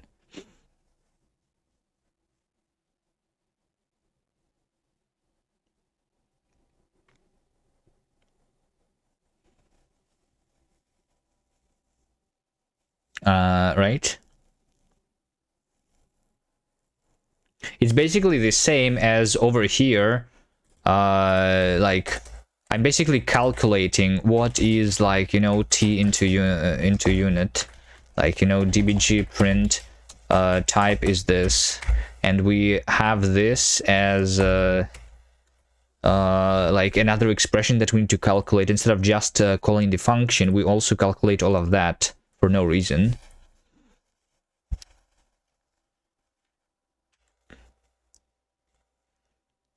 Which is why I'm trying to do this in this way.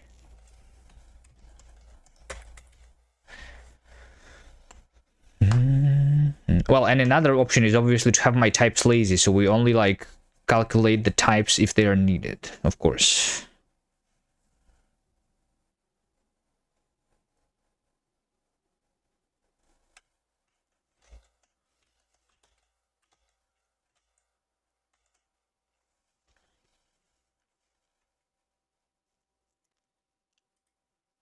But this over here is monomorphized constant, which still needs to happen.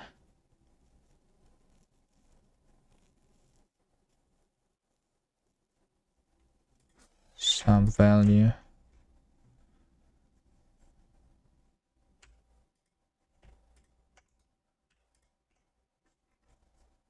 Sub var.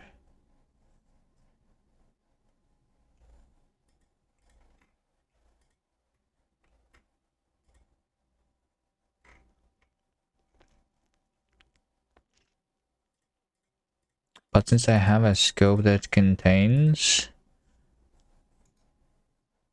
the result scope, it means that I don't care.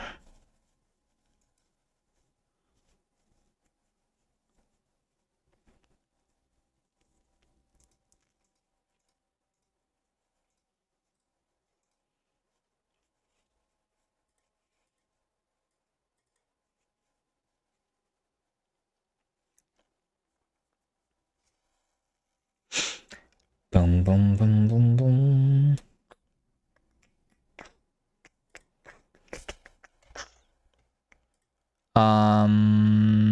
Oh wait, hold on. So substitution begins over here, dbg print, right? And we're substituting the value in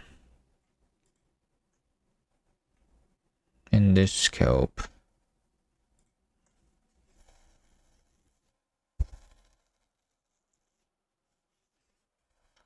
Which is a type in this scope. Type here, type root.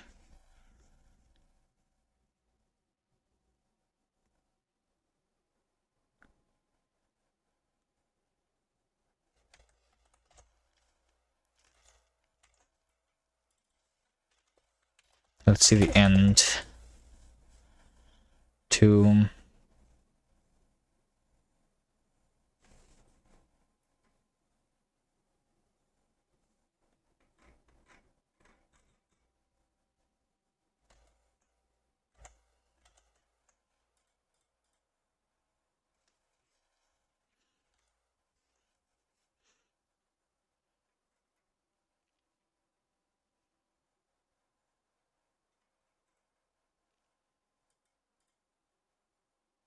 wait, if I do t here, then it's better than this. Actually, it is, yes.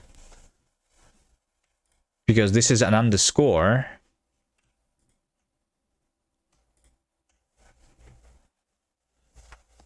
So it thinks that this is my scope, but it's not.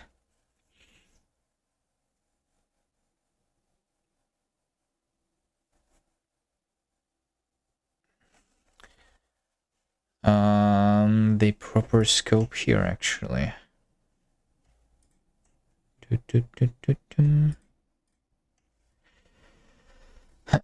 Hmm.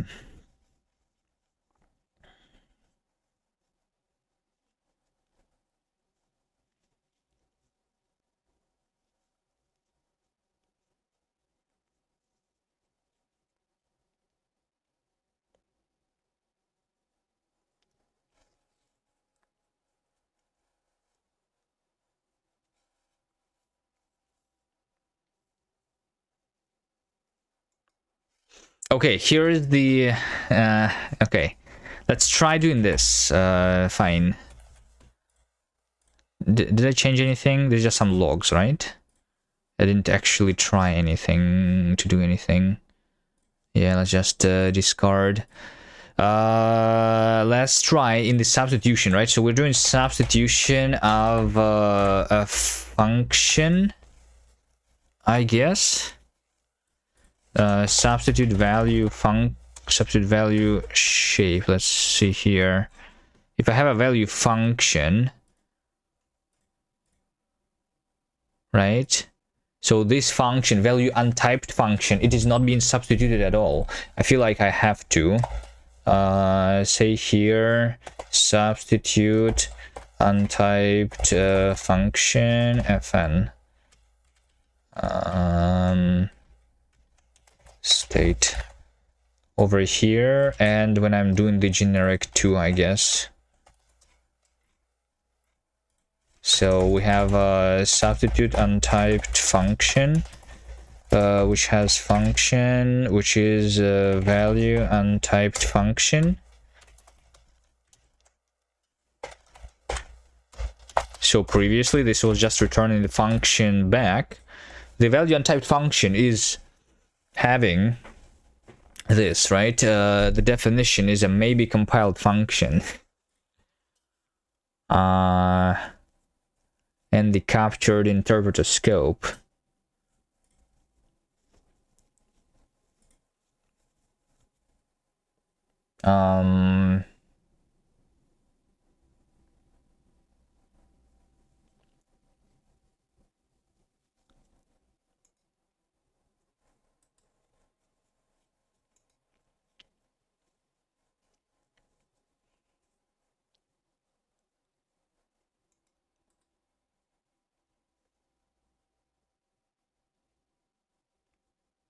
Or is it not here where I'm doing it?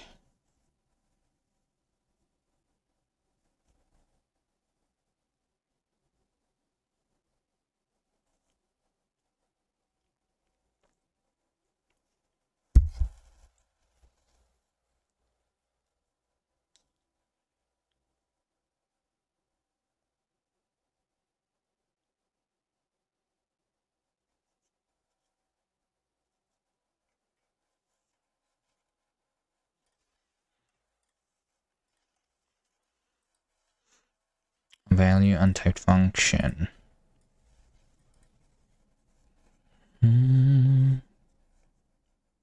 So this definition, maybe compiled function, this is what contains the actual code.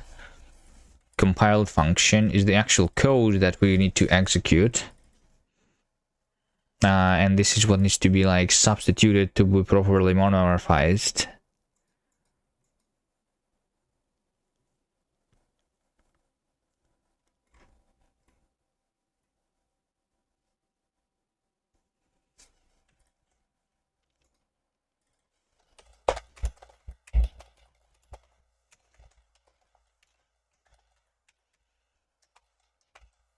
So when we substitute, I guess the ID is going to be new. We are going to create a new function, right? Definition is going to be substitute maybe compiled function. State is init function state, and captured is still the same.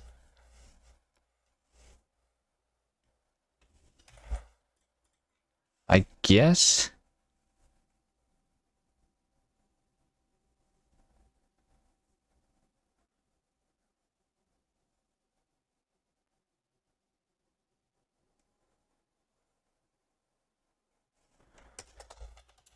sub maybe compiled function.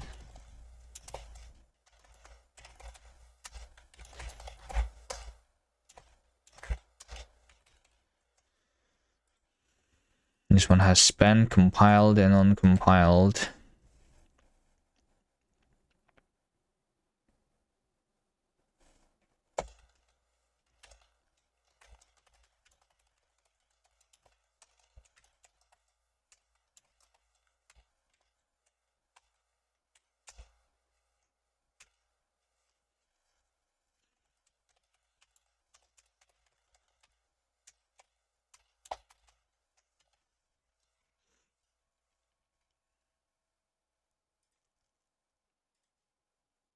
So I guess I will say that compiled is none, and once this function is compiled, then we are going to substitute the compiled function, right?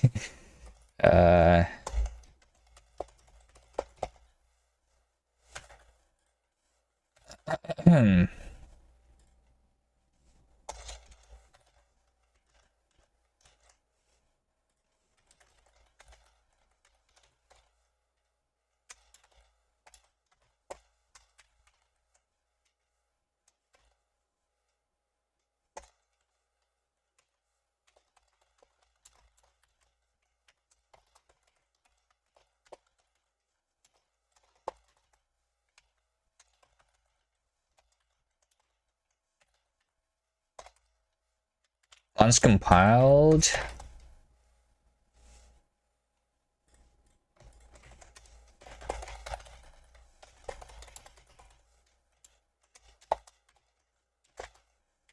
compiled, we just say that result compiled is f compiled option get.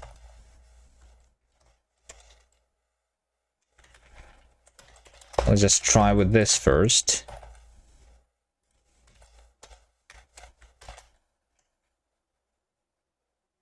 This kind of works.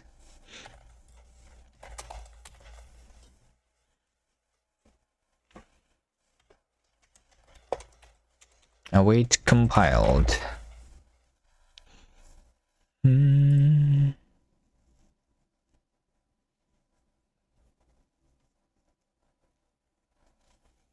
There's only if it's none, right?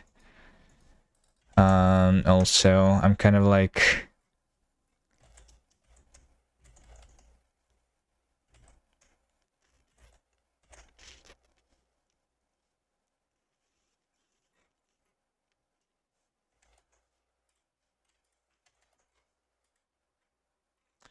doing it weirdly here.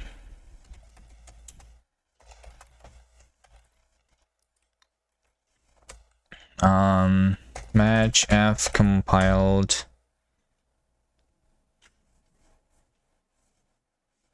with...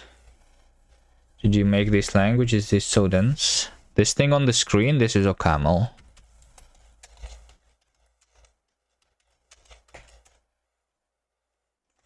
I'm making my language in OCaml.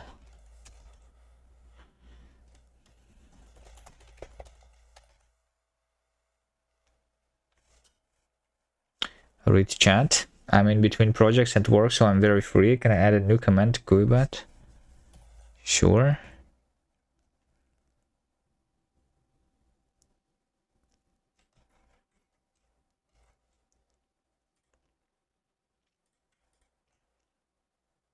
Any command you want? I don't know. You want to do something? What do you want?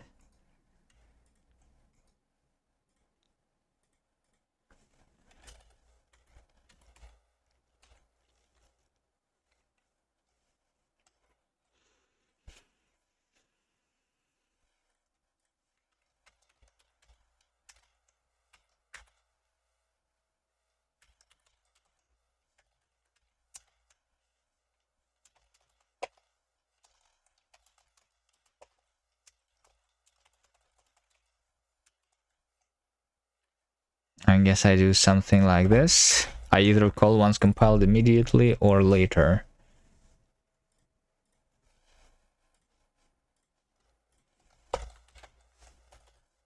is the idea. And this is like compiled get.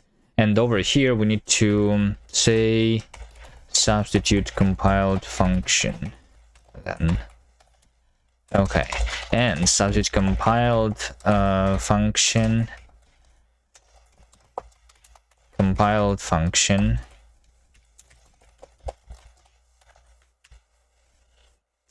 Good bot. Sure.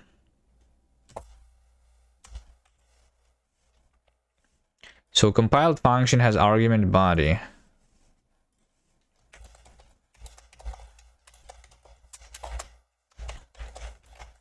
A valid result I probably need to actually delete from there. We just have argument and body.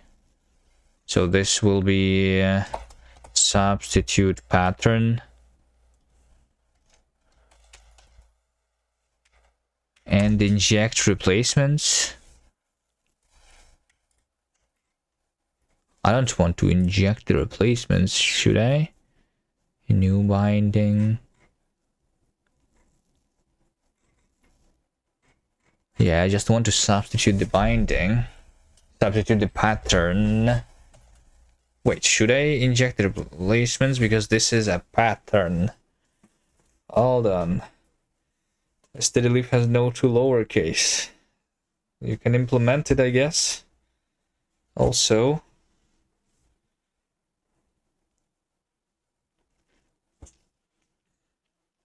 There's almost nothing there still, right?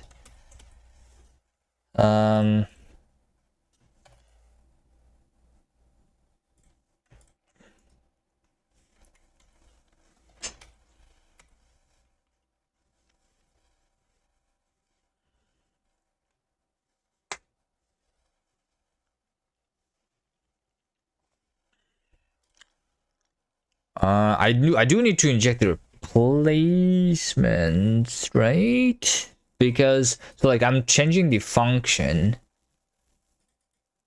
So I'm changing the binding to be a new binding, right? Yeah. I created a new binding. New binding. New binding. I created a new one. Name is still the old name, but it is a different thing. Yeah, that actually makes sense. That I inject them. Then. And this one is being used.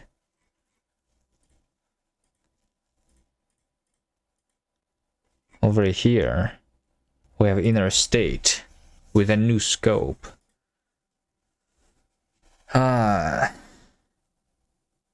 There's this new Terraform Factorio video. Have you seen it? No. Factorio Terraform video.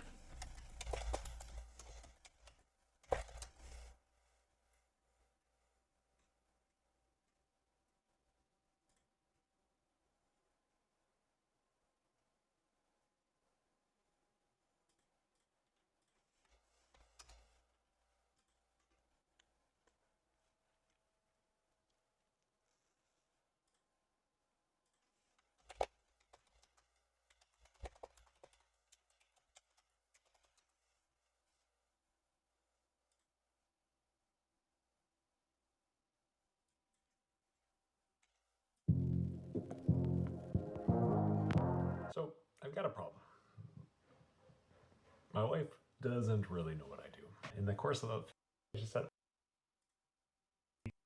so we can add items. We can read what's, and we also need to. I think that's the name of it. Now, when any ore comes in here, it gets. I know what Terraform is. I never used it.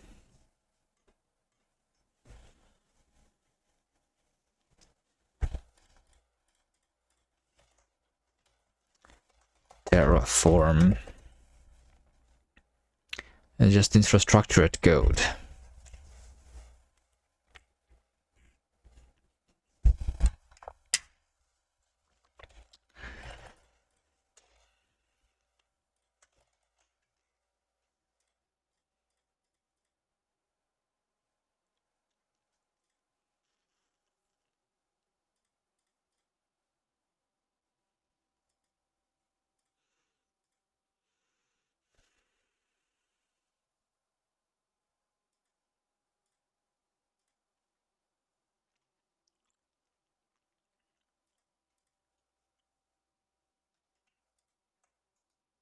So, I mean,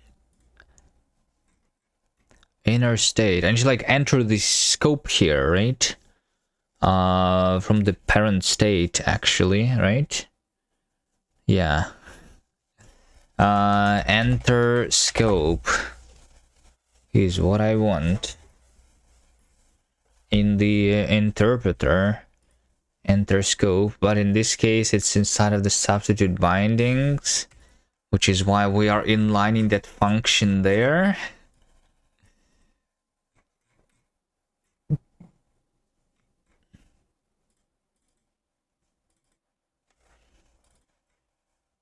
New result scope.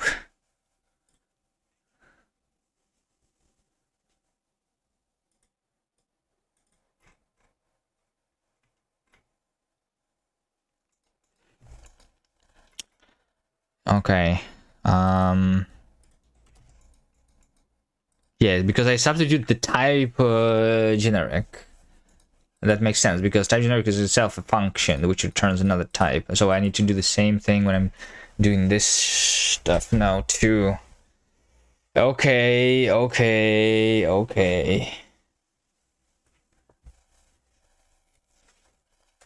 Okay, this better be worth it. Let inner state be this.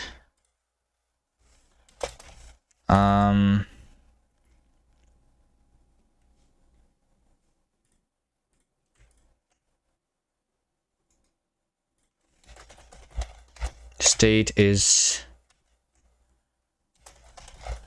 this, right?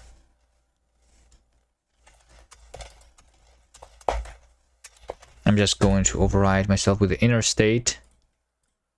This is state. No, this is substate. Right?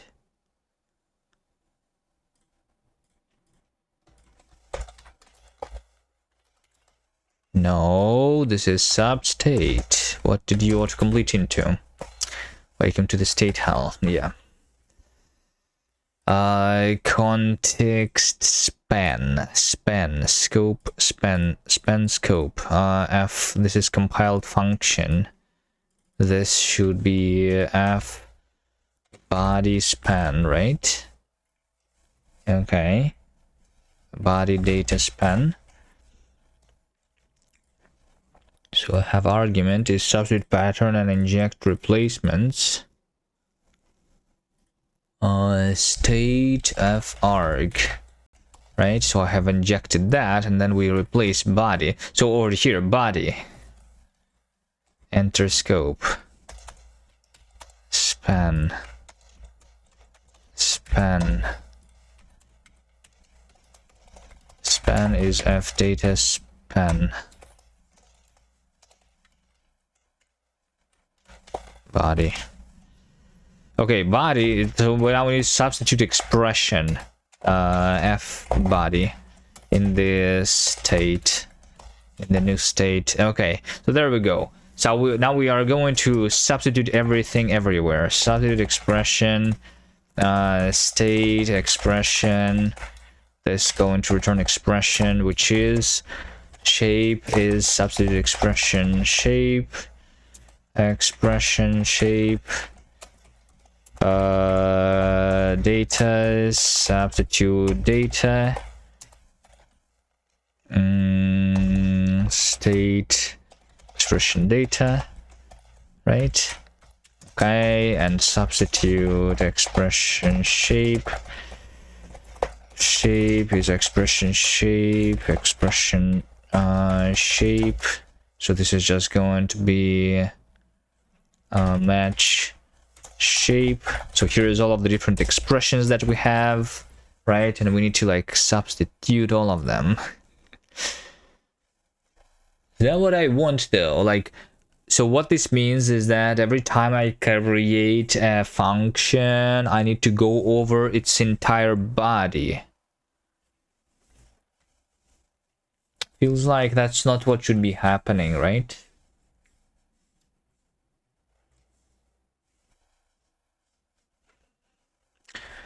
Should you write lowercase in Kast or camel in JavaScript? I think if you can, you should write as much as possible in Kast itself, right? Probably. Because then there's less code to migrate when we add another. Yeah, I guess it would be slower, but it's okay, I think.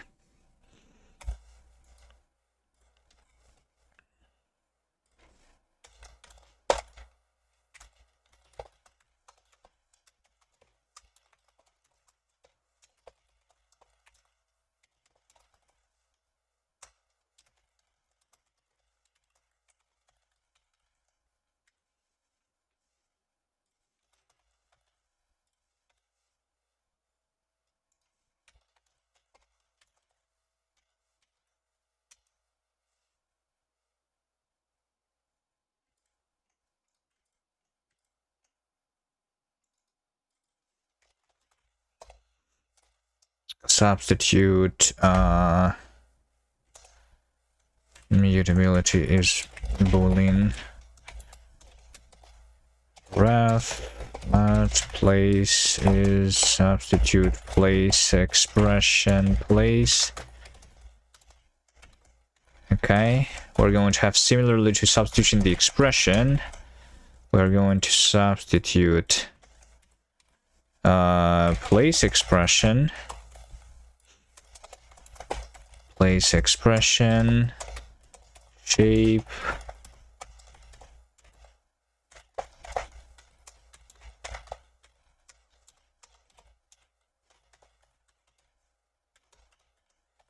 maybe let's start with this. This one is easier.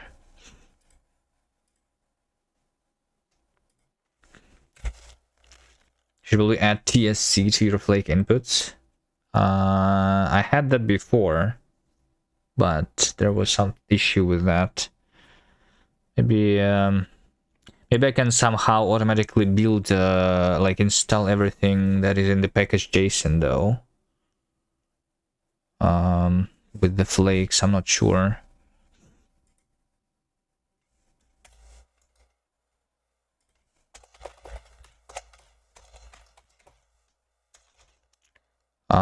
Wait, how do I substitute the binding now?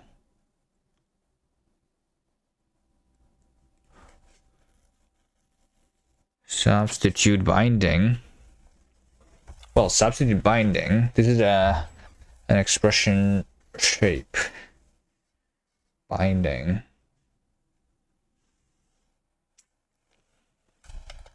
We have a blocked value binding. This is what we want because binding is going to be substituted with this. Oh, okay. So substituting the binding should return a place, and if we have a value which is a binding, then we would actually read the place here, right?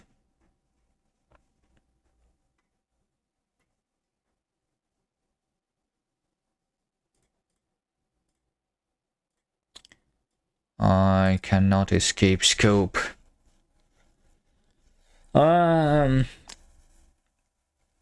I don't want to do this. What I'm doing right now feels wrong. I mean, yeah, it kind of does feel wrong.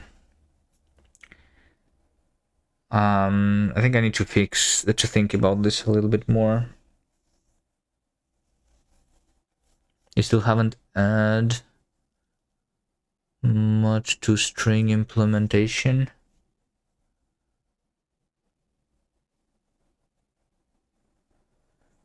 To string for references?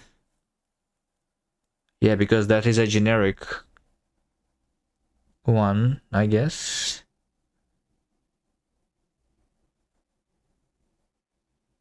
Oh, to string. Yeah. I did not do that yet. Here. Yeah, this should take a reference to string, not the string itself for sure, yeah.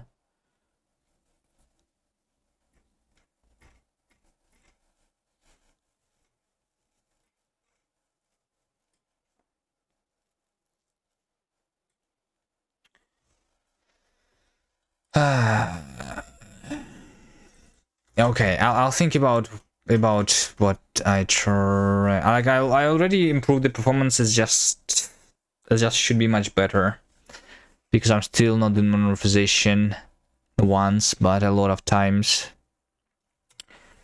I want to go rest, you know.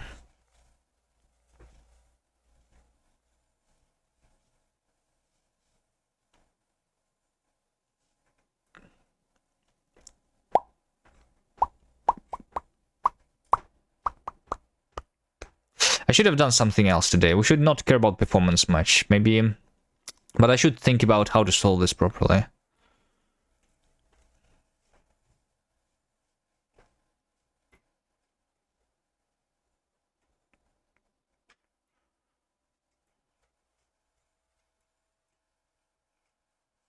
Like I don't want monomerization. Ideally, at all. Not even once.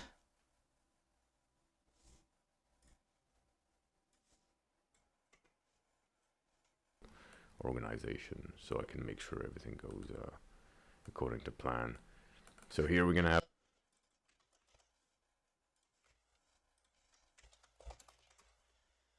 Alright, thank you guys for watching. If I don't come up with anything else, I might like do this, like basically I might do the proper monomerization. I don't know if I'm going to do anything off stream actually, but maybe. But yeah, that's it for me for today. See you guys next time. Bye.